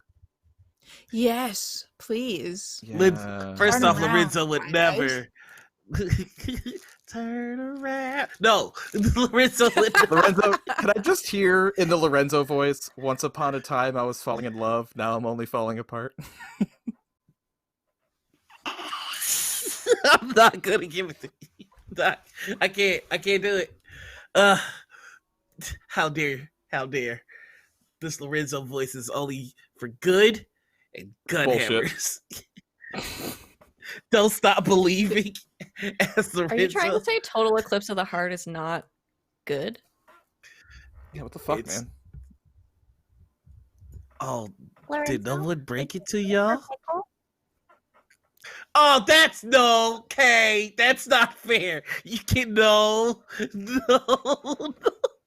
Y'all cannot weaponize Pickle against me. Lorenzo, she demands a resolution. You can't weaponize Phoebe either. This is bullshit. If Noir don't do it, take away his gun. Shinobi, Yes. whose side are you on? Do it for your best friend. I don't even know the words to that song, so I'm sorry. You know, Once I've upon never a heard time. of a total. I was falling. Once in upon a love. time. Now I'm only falling apart. Nothing you can do. Lorenzo, there's nothing I can say.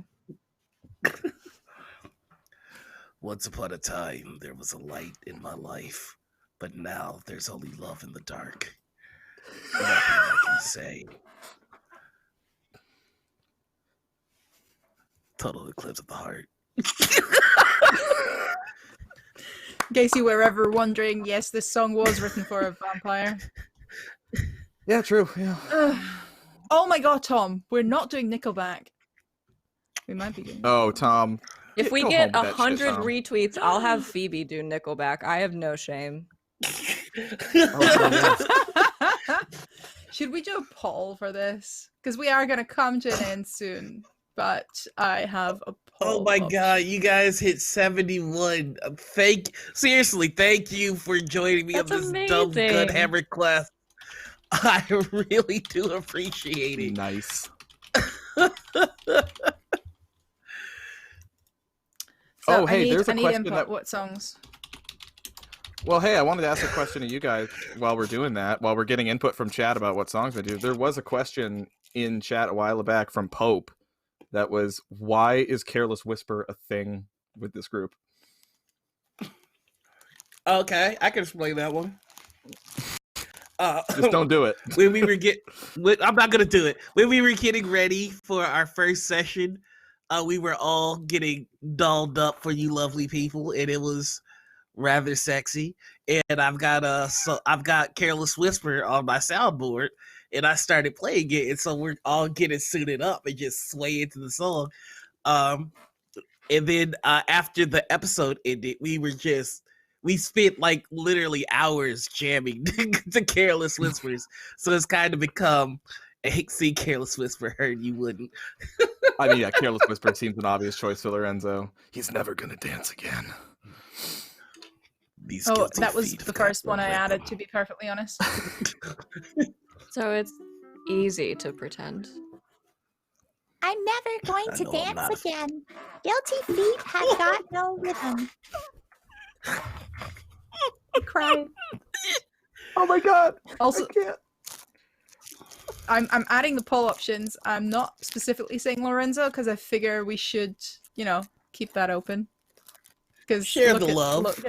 Look at that adorable thing. We have so far Linkin Park crawling. Nice. Nice. We have Photograph Nickelback. Careless Whisper, Nice. Total Eclipse of the Heart. What else do we have? Chat, give us a couple The more Spice options. Girls. Just Laura just wants Spice Girls in general. Oh, it's got to be Yes. Wannabe, right? I want to hear. It's I want gotta to hear be Wannabe. Lorenzo. Yeah. They zig a zig ah. Yeah. Yeah.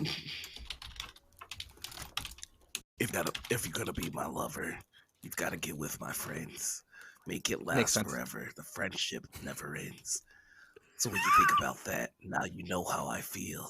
So you want to get with me, but are you for real? I won't be wasting my precious time. Get your act together. We can do just fine. Cause I'll tell you what I want, what I really, really want. Don't tell me what you want, what you really, really want. I wanna sing it. I can't. I can't do it. I can't. Also, Why do I please know tell the me- words? Please tell. Did you wants- look that up on Google? No, that Or was did not you a man know looking know up these lyrics. by heart? Wow. I know Wants to that really, song. really, really want to zig zig ah. Really, really, really, really sing. Oh my god. All right. I don't all right, know I am why I know starting those this words. poll. Why do any of us know those words? Because we were alive in the 90s. See, I don't. You weren't alive in the 90s. I love them. I really love the Spice Girls, but I don't know these words. I love Chat's we've got- reaction. Like, he knows the song. Oh, Burn yeah. him. What? No. Praise him. Oh, All right, vote brilliant. is going. We have a couple of options there. We are going to come to an end soon with this impromptu Q&A, which turned out to be a lot of fun, and I'm so fucking grateful that these players can basically just handle the GM and tech completely dropping out and like, right, this is our show now, let's do something with it. Because that just shows you they can handle all sorts of weird, spontaneous bullshit, of which there was much, and of which there will be more. I do have questions for you as well, actually. Oh, really? Phoebe, remember? Well, no, you don't. That's the whole problem. That memory that you at some point clearly sold, was taken from you. Who knows? What is Phoebe thinking about that? And is Phoebe worried about it? And what does Phoebe think it could relate to? Phoebe's been thinking about it a lot. I think it is, since it was mentioned, I think has at least been occupying a little bit of her brain space. She's given most of that to the current situation, but I think anytime she has a moment, she is trying to figure it out, recall what it was, maybe find a blank space in a memory that wasn't there before. Obviously, to this point, has not been successful. I don't know that it is. I don't know that it is like really upsetting to her. I think the part that bothers her is not necessarily that she sold it, because in Phoebe logic, she assumes that if she did that, she had a good reason and it was the right thing to do. But yeah, she's been thinking about it and wants to find out what it is should it come up. She is, I think, mostly, the thing that concerns her the most is that she may have sold a memory about her past, like growing up, which she has very little recollection of anyway, sort of before she was a part of the Temple of Sarastra and everything. So I think the concern being she has so little information about her origins. That the concern being maybe she had one and now doesn't.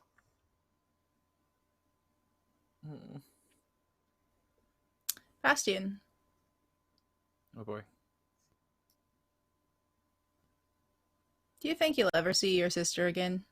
And what do you think does she think happened to you in that school? Oh man. Oof.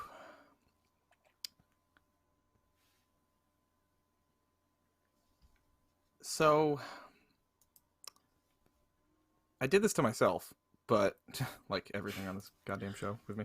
But in the first episode of this season, it opened with Bastion having a memory when we were all floating in the void. It opened with Bastion having a memory of his sister, of the two of them, like on vacation as kids. And in one of my favorite things you've come up with, Fish pointing out, it was Bastion sitting on the shore playing on a dulcimer or plucking, I think I had my ukulele with me at the time, so plucking on a ukulele and just strumming back when he was a kid learning music.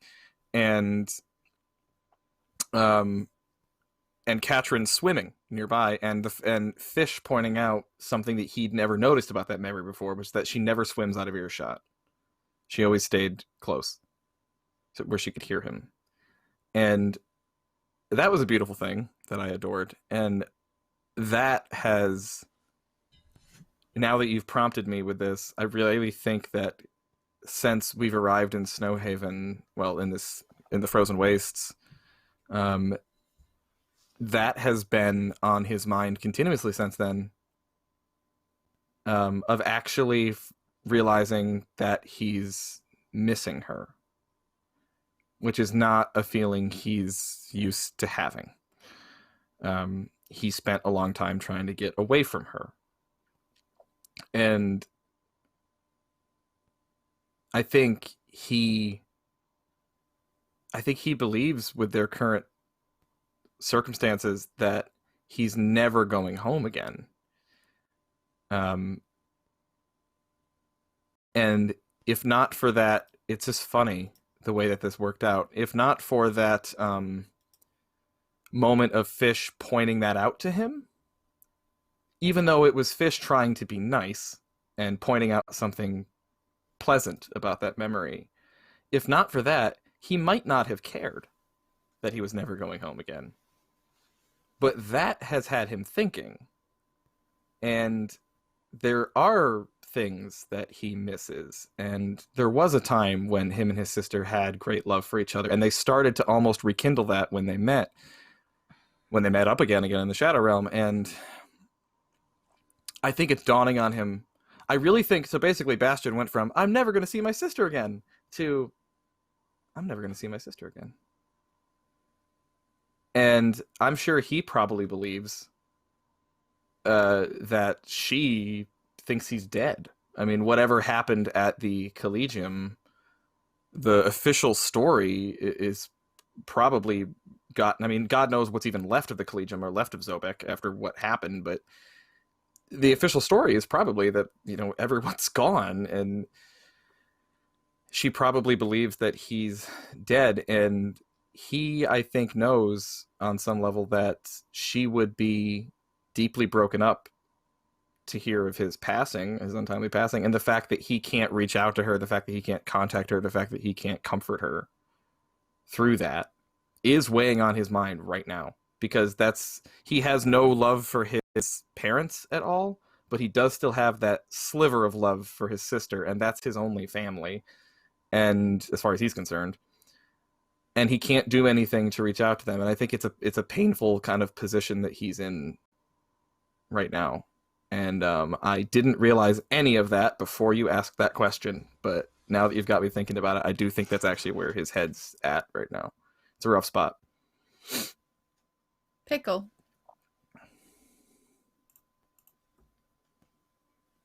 If Pickle lost all of her magic,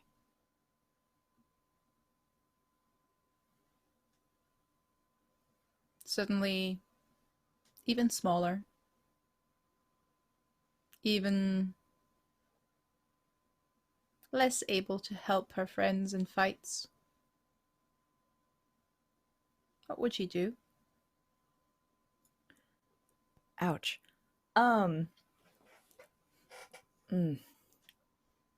So Pickle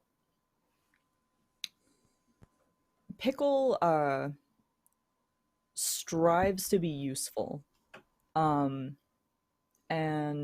it's definitely one of her drives is that she wants to be helpful. Even if sometimes she ends up messing it up, which cuts a little deeper than she probably lets on. But I think if she were put into a situation that, you know, her magic is something that makes her unique, or at least she thinks, and if she were to not have that magic, I think we would see her really kind of struggling with her self-worth, because she puts so much on, again, that usefulness. She would really have to have quite an internal struggle to come up with something else that could fill that sort of void, and kind of bring her back to a good place. Void is such a loaded word in this setting. I know, I Yeah. said it and I was like, well. At least you didn't say deep. Yeah. Lorenzo, Not yet. is Just Noir still realized with us? Lorenzo's not moving. Yeah, he's not moving. What Yeah. happened, bud? I just wanted to Comcast? murder him with emotions. Aww. Ask me another. See, this is why I love these people. See? Yeah. He might also just not want me to ask him a question. That could be it. He's so stoic. It's just, I know, right? He's He so betrays stoic. no emotions. Aw, I really was looking forward to that one. Can we ask questions of you? Oh god, yeah, sure. Oh god. Yeah, Probably should sure. have thought of a question before I asked them. Okay. I kind of know the answer to this, but I kind of want to ask this to you, Lydia, sort of for like the benefit of the audience, I think. Like, we joke about you putting us through a meat grinder of emotions on this show, but it's well known, at least among us, I don't know how well it is among the people that watch this show, that we largely, a lot of the pain we put ourselves through, we put ourselves through. We it's self-inflicted. We come up with some of these ideas and stuff. I guess my question, Lydia, is like, are you sorry? No. Like, I'm not trying to shame you at all here. Like, I think it's great. It's just, how much of that is you? That's just sort of doing. How much of that is you? Sort of being the Kurt Vonnegut sort of sadist and seeing what we're made of and trying to like put us through things purposely to, because that's good storytelling and that's good GMing. Like, put us through things through adversity to see what we're made of and bring out our better qualities. And how much is us just continuously shooting ourselves in the foot with plot bullets? You know, what is that balance, and is that something that you kind of do intentionally do, of throw things at us to hurt us a bit? Yeah, absolutely, because you like it. And this is not even a not that kind of statement, but it's absolutely fucking true, because we had that session 0, which you should always have, when it was all about what do you want from this game, what do you want to see, and everything that came up was hinting at or pointing towards what it eventually became, the please, I want consequences for my actions. I don't, when I do something shitty, like bite a guard, drain him, and then, run away, leaving a city as a criminal, I want consequences for this. Noir. We had the relationship thing. Sure, relationships never are that easy. Of course, there's the honeymoon period, fair enough. But if you add Doom and Terror magic and ever more blood planes, undeath planes, and void fishes and nihiliths to that, then that adds a new level of how how will a relationship even work and come to be in this situation? Say for Pickle's backstory, like all of these have such an inherent potential for drama that it would be absolutely stupid not to go into that direction when it's clearly what you guys want. And when things like that do happen and when things do get dramatic, the reactions are not that hard to read. You don't need to be a psychologist to realize that this is exactly what this particular group thrives on. So why would I not give you exactly that? That's my job as a GM. Follow up, do you ever think that we go too far? I wonder if you will eventually break Anna, and I would be very sorry to see that. I think occasionally it's... But that's also kind of my responsibility to not let it get out of hand, to not... That little thirst for... Oh, why am I using these terms? Phrasing. Mm-hmm. So when you get to subspace... Anyway. Oh dear God, where is this going?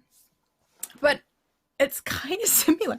But when you get to that point where it would harm the story, where it wouldn't be special anymore, when I see, okay, you're chasing after this and someone else hasn't gotten the spotlight, that's kind of my job to mediate and to keep the big picture in mind so you can focus on your own character. That's, yeah. Guess who's back? Back again. Noir's back. Tell a friend. Tell a friend. Tell a friend. We can't hear you, Noir. You're muted. Still muted. And I can only hope that, you know, it's the right balance for everyone and that, you know, everyone's here for it. Yeah. Is Noir back? No. I still need to can't hear him, but yeah. Ask you that heart-shattering question that I had for I you. know. Make him sad too. Yeah. Yeah, I'm planning on, if he lets me. Thanks, Tom. It was a belated birthday present. It's really hard to drink out of, but I love it. Tonight really you is look internet super cursed. cool drinking out of it though. So Dope as hell. It's the best of all dice. The D12. Lydia, can you spend hear your me? crit to make him super sad? I heard him. Hello? Yeah, there we go. Is there sound? Oh, cool. Mhm. Yes. The man, good, the Doug. myth, the legend. Noir. Nice. What's up? First off, are we on the internet still? Yeah, Yeah. dude. If any of your three friends, and to make this super sad, if you have different answers for each of them, I want to hear it. We're about to die, and the only way to save them would be to turn them into a vampire or vampire. Would you do it? Yes. All of them? Yeah. Oh, you heard it here that's first. That's not a hard question for Lorenzo. He thinks. Yeah, but look at the reactions here. Even Pickle with her nasty blood, you would do that for her? Can we do responses to this nasty. question? I want to know Seriously. how everyone would respond to this scenario. Seriously. The Damn reason Pickle. is he thinks that they would be better as Dampier. He just thinks that Dampier are better, and that's an old bias that he's trying to shake out of him. But I mean, if there's one thing that we've learned about Lorenzo, is he can justify anything to himself. So if it's either Bastion dies or he becomes more awesome. Well, see, this is why I'm saying they're doing it to ourselves. Also, welcome LFM Network, and thank you so much for the raid. We've had such an internet curse day. LFM, y'all got here on a weird night. Yeah. It's been a strange night. Everyone's internet's been dropping all over the place, especially just at the beginning. So instead of actually playing to not risk of suddenly being off screen, we did a little Q&A for Song of the Deep, which is this D&D 5e campaign. I'm actually surprised you all are this surprised. Yeah, yeah, Can Noir we just talk dropped about a this? fucking bombshell. Can we In a second, So Noir basically know how- said he would turn his friends into vampires, and everyone's shocked, but he thinks it's the most natural thing in the world. So please go ahead. I will say, for me as a player, my shock is coming from him not having a different answer for each of us and just a blanket yes. Really? That's not where my shock's coming from. So- My shock is coming from a different place. So I can go into more depth if you like. I mean, okay, so first off, if Yes, you I look would at like. Phoebe would make a fantastic vampire. First off, just very like, look at how she reacts to interacting with the vampire. If that's if that's how she is with interacting with one, then she would be awesome. Just, all right, here's the new way of doing things. Here's the thing. The lights, you gotta help me. Oh wait, no, it wouldn't. So it's awesome for Phoebe. Bastion, you already hate the sunlight, and you have experience with being something other, and you already hate what you are. So hate what you are a little bit more, but be something completely awesome and not die. And then for Pickle, that's a selfish one. Lorenzo just wouldn't want to lose Pickle.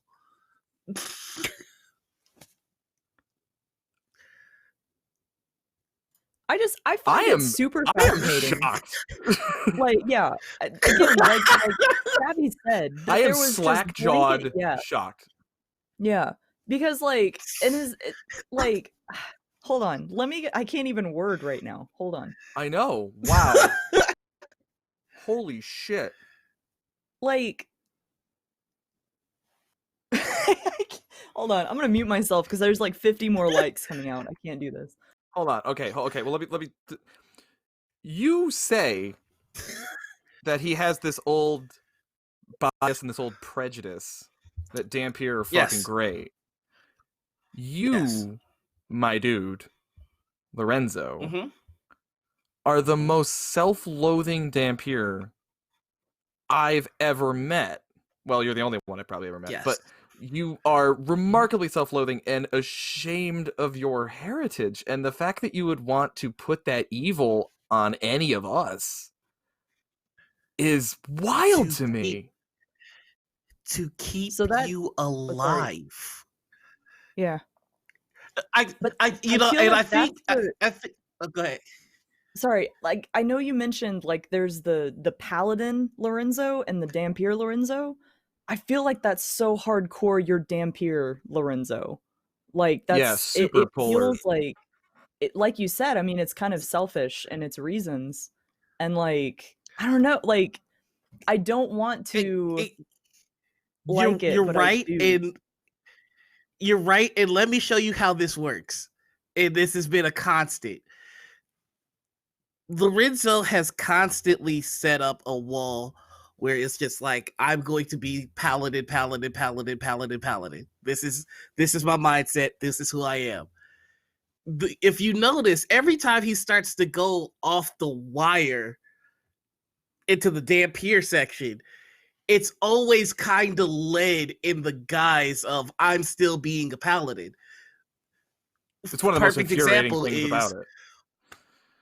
A perfect example is the first time he off the handle, he was being as protective as somebody could possibly be for his friend. It's just, I'm going to protect this person no matter what. I will go to any length that I need to make sure that they're okay because I love my friend and I love this person. So I'm going to do whatever it takes. The way that I see the situation going where he inevitably turns somebody is that he's out of spells, he's out of lay on hands. In his head, he's just like, if this were any other paladin, they don't have any more options. I do. I don't have to lose. I have to ask you though. I have to ask you. If the person you're trying to protect is conscious and aware and says no, would you do it anyway to save their life?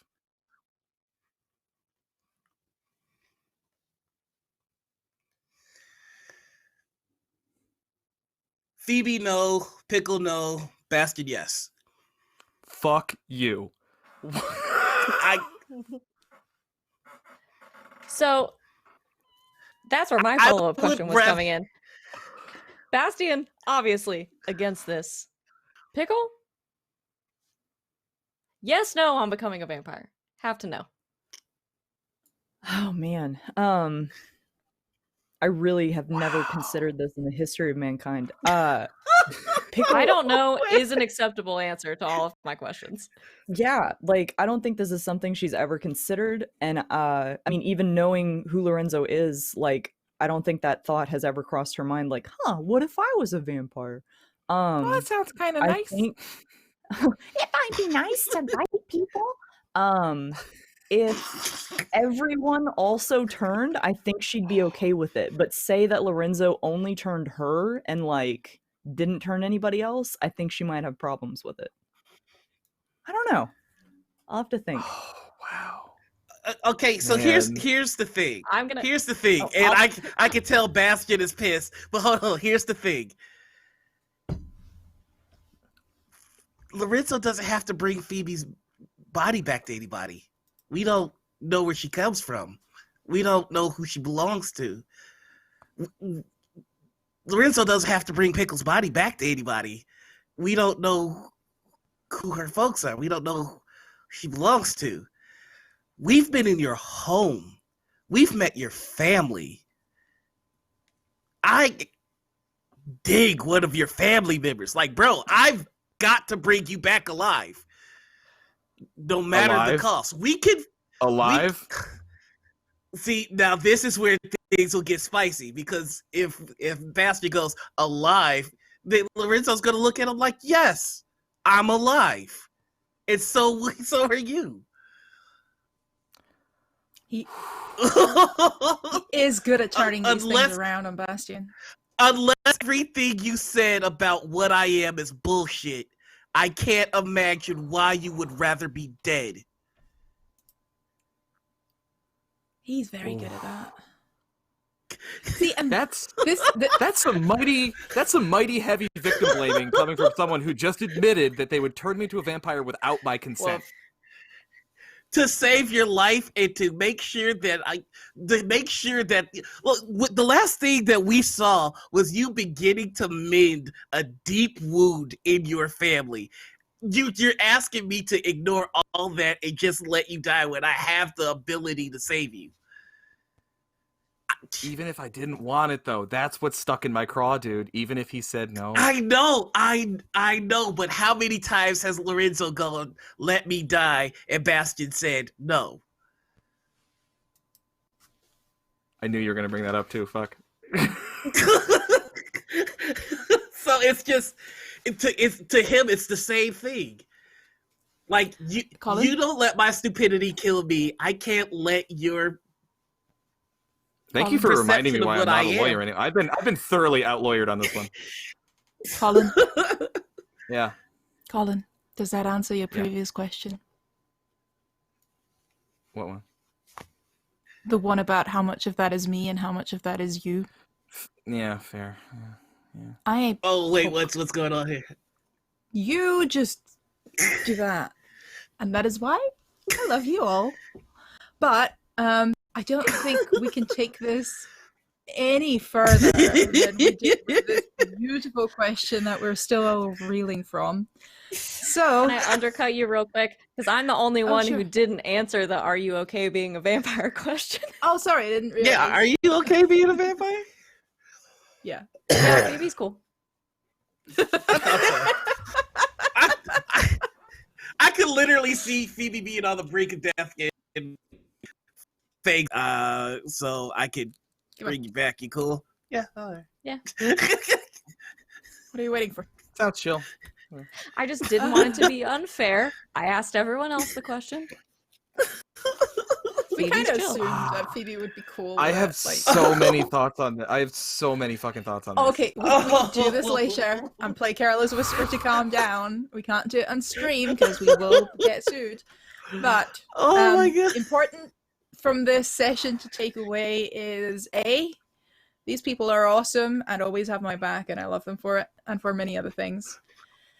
B, there is a lot more to unpack here, and it will be unpacked over the next 6 episodes of The Frozen Waste, Song of the Deep, and maybe even seasons beyond that, who will know. And C, at some point in the next 6 episodes, Lorenzo's turning bastard. the Noir Enigma, will get his goddamn Gunhammer. Yes! Also, D, the winning option of the poll is Nickelback. Oh Who god. wants I blame Anita for that.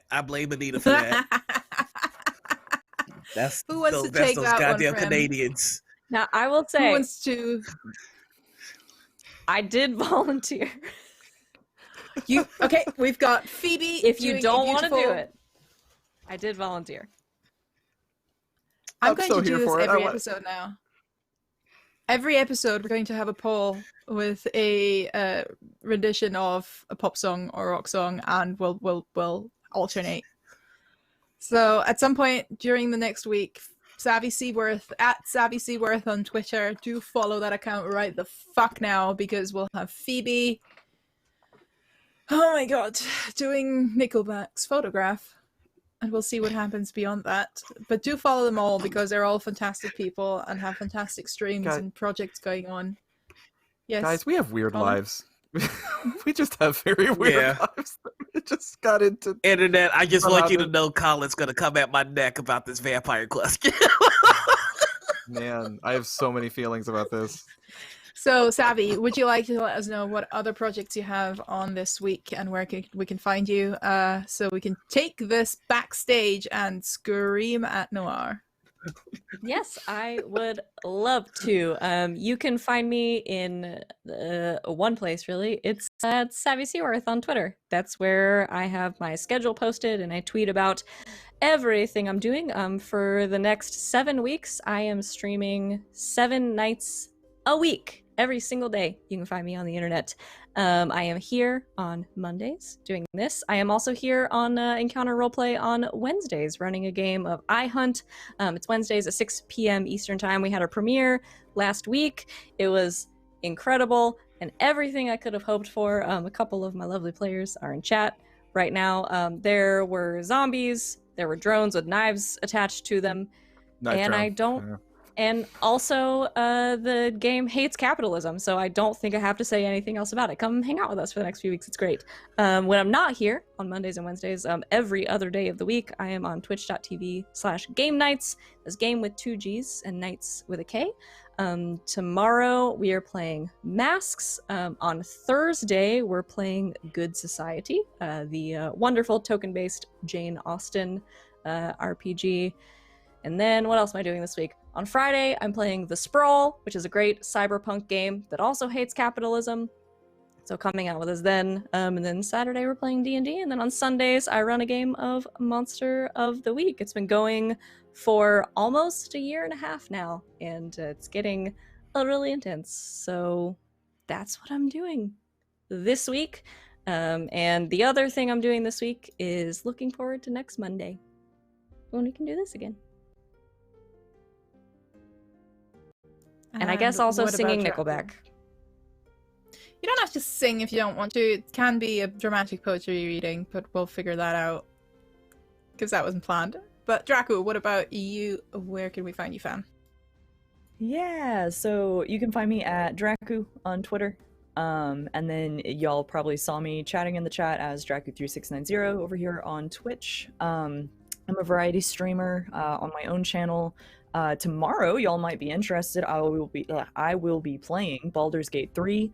I'm doing it completely randomized, so if chat doesn't pick my answers, I literally roll dice, and that's how I'm going through the game.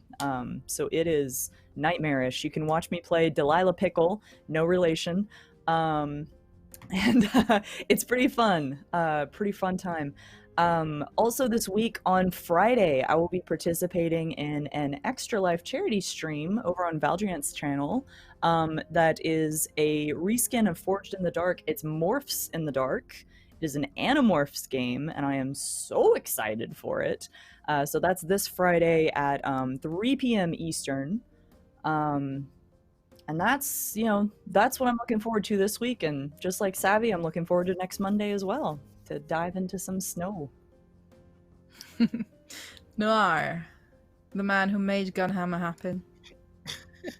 Are you proud? And where can we find you?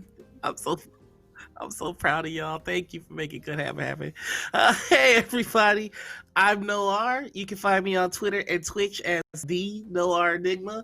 I've actually got my schedule mapped out and pinned on my Twitter now, so you can find out where in the world is the Noir Enigma. So on Tuesday, you can find me over on the LFM network for Degree of Madness at 4 p.m. Central Time. On Tuesday, 7 p.m. Central Time, you can find me playing a cult game on Madame Gandalf's channel. On Wednesday, you can find me on TPK Roleplay at 7:30 Central Time with the Curse of Strahd game. And on Thursday, I have a secret project with Brito, Persephorath, and Roxa Wizard, and also a Cypher game over on Critical Misses. Then on Friday, you can find me on Chromatic Chimera with our Bloody Portrait game. Saturday, you can find me Saturday, I have Critical Misses Morning Ritual, and we have our guest, Anna, or Bastion's lovely sister, Katrin. So that'll be fun. And then Sunday is a busy day. I've got Dungeons and Deep Dish in the morning, Second City Saviors on Critical Misses, and then you can find me on Action Fiction for our Vampire the Masquerade game, Drain the Rich. So that's me. That's a lot. All these people I play with make me feel... Y'all just make me feel so lazy by comparison. Your schedules are fucking insane.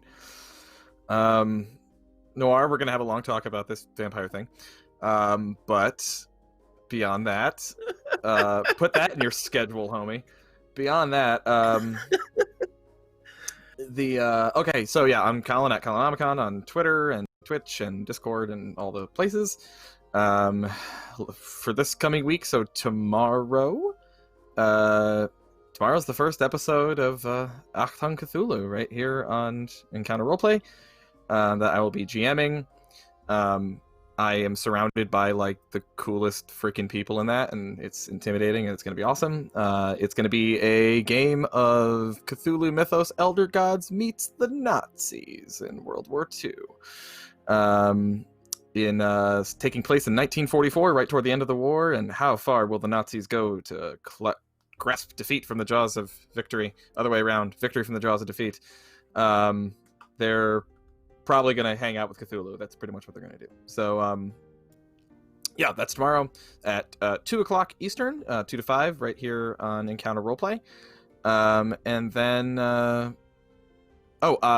coming up on Master the Game, I'm going to be doing a Pathfinder 2E campaign, my first time ever playing Pathfinder, and I have absolutely no idea what I'm doing. So we'll figure that out together. And then the other cool thing, I don't know if we'll be on this week, but Lydia and I have a new show. Which not only do we have a new show, we have a new show that actually has a name now. Our first episode was on last week with Mitch talking about horror, and it was as yet the unnamed GM chat show. And now it has a name. It is called the GM Postmortem. So that will be, we're looking at every other Friday. We're going to be airing that on my channel, which is twitch.tv/Colonomicon, where also I do streams sometimes of video games and stuff. And because this is my trick I'm learning, Lydia. If I announce it at the end of one of these things, then I have to do it. So I'm going to be doing a Portal stream on there. I'm going to be doing the first Portal game, which I absolutely fucking love, and I'm thinking I'm thinking Wednesday for that. Or I may do it after Act on Cthulhu tomorrow, one way or another. It'll be twitch.tv/Kalanomicon for some fun Portal action. And that's all for me. Thank you for sticking around, chat, for having fun with us, and we really appreciated your questions. This is a And, triumph. Huge I'm success. making a note here. Huge success. We need to collect songs for the next poll. My Sorry. God. It's hard to overstate If you keep- my satisfaction. If you guys keep giving us songs to do, we'll keep doing them, and we may even give you ones that you never asked for in the first place. Aperture science. We do what we must Do because we what we can. must because we can. We can. Which is very similar to this whole shtick. I'm Lydia. I'm half-housed hermit. I'm gonna have whiskey after this because my God, that was a day. But I'm very happy that you all stuck with us and that you took an interest in these characters and the show. Do check it out on YouTube, or in my pinned post on Twitter. You can find the master post for the first season as well. You can find me here next Monday, of course, for this very game, hopefully with proper internet connection, so we can actually play again. And then on Tuesday right after, so next week, not this one, in Namiria's Anna's Zweihänder game that is starting. Flames of Freedom, Boston Besieged, and I'm going to be a player in that. But I'm also going to be in that Animorphs game that Draku mentioned. We're twinsies, and we're both estrine, so we can morph quite well. And we're going to be all the pretty animals, and it's probably not going to be bloody and gory and horribly traumatizing, because, you know, the books were so nice and sweet. Right? That's how it goes. Yeah. But apart from that, do join our Discord as well if you want to be kept up to date with all our games, with all our casting calls as well, and just the regular shenanigans. And if you want to check out our sponsors, because of course all of the games we're playing, well, we are wanting to support the people that support us. So please check that out. Hi, if this ever gets on YouTube. Hi, everyone on YouTube. I know this was a weird one. And if you have any fun clips of today's show, post them in Discord for our Clip of the Week competition. That's me. And I'm going to see you again next week with these lovely fuckers. We're going to go off screen and drink heavily. And I'll leave you with the channel trailer for this season. Good night.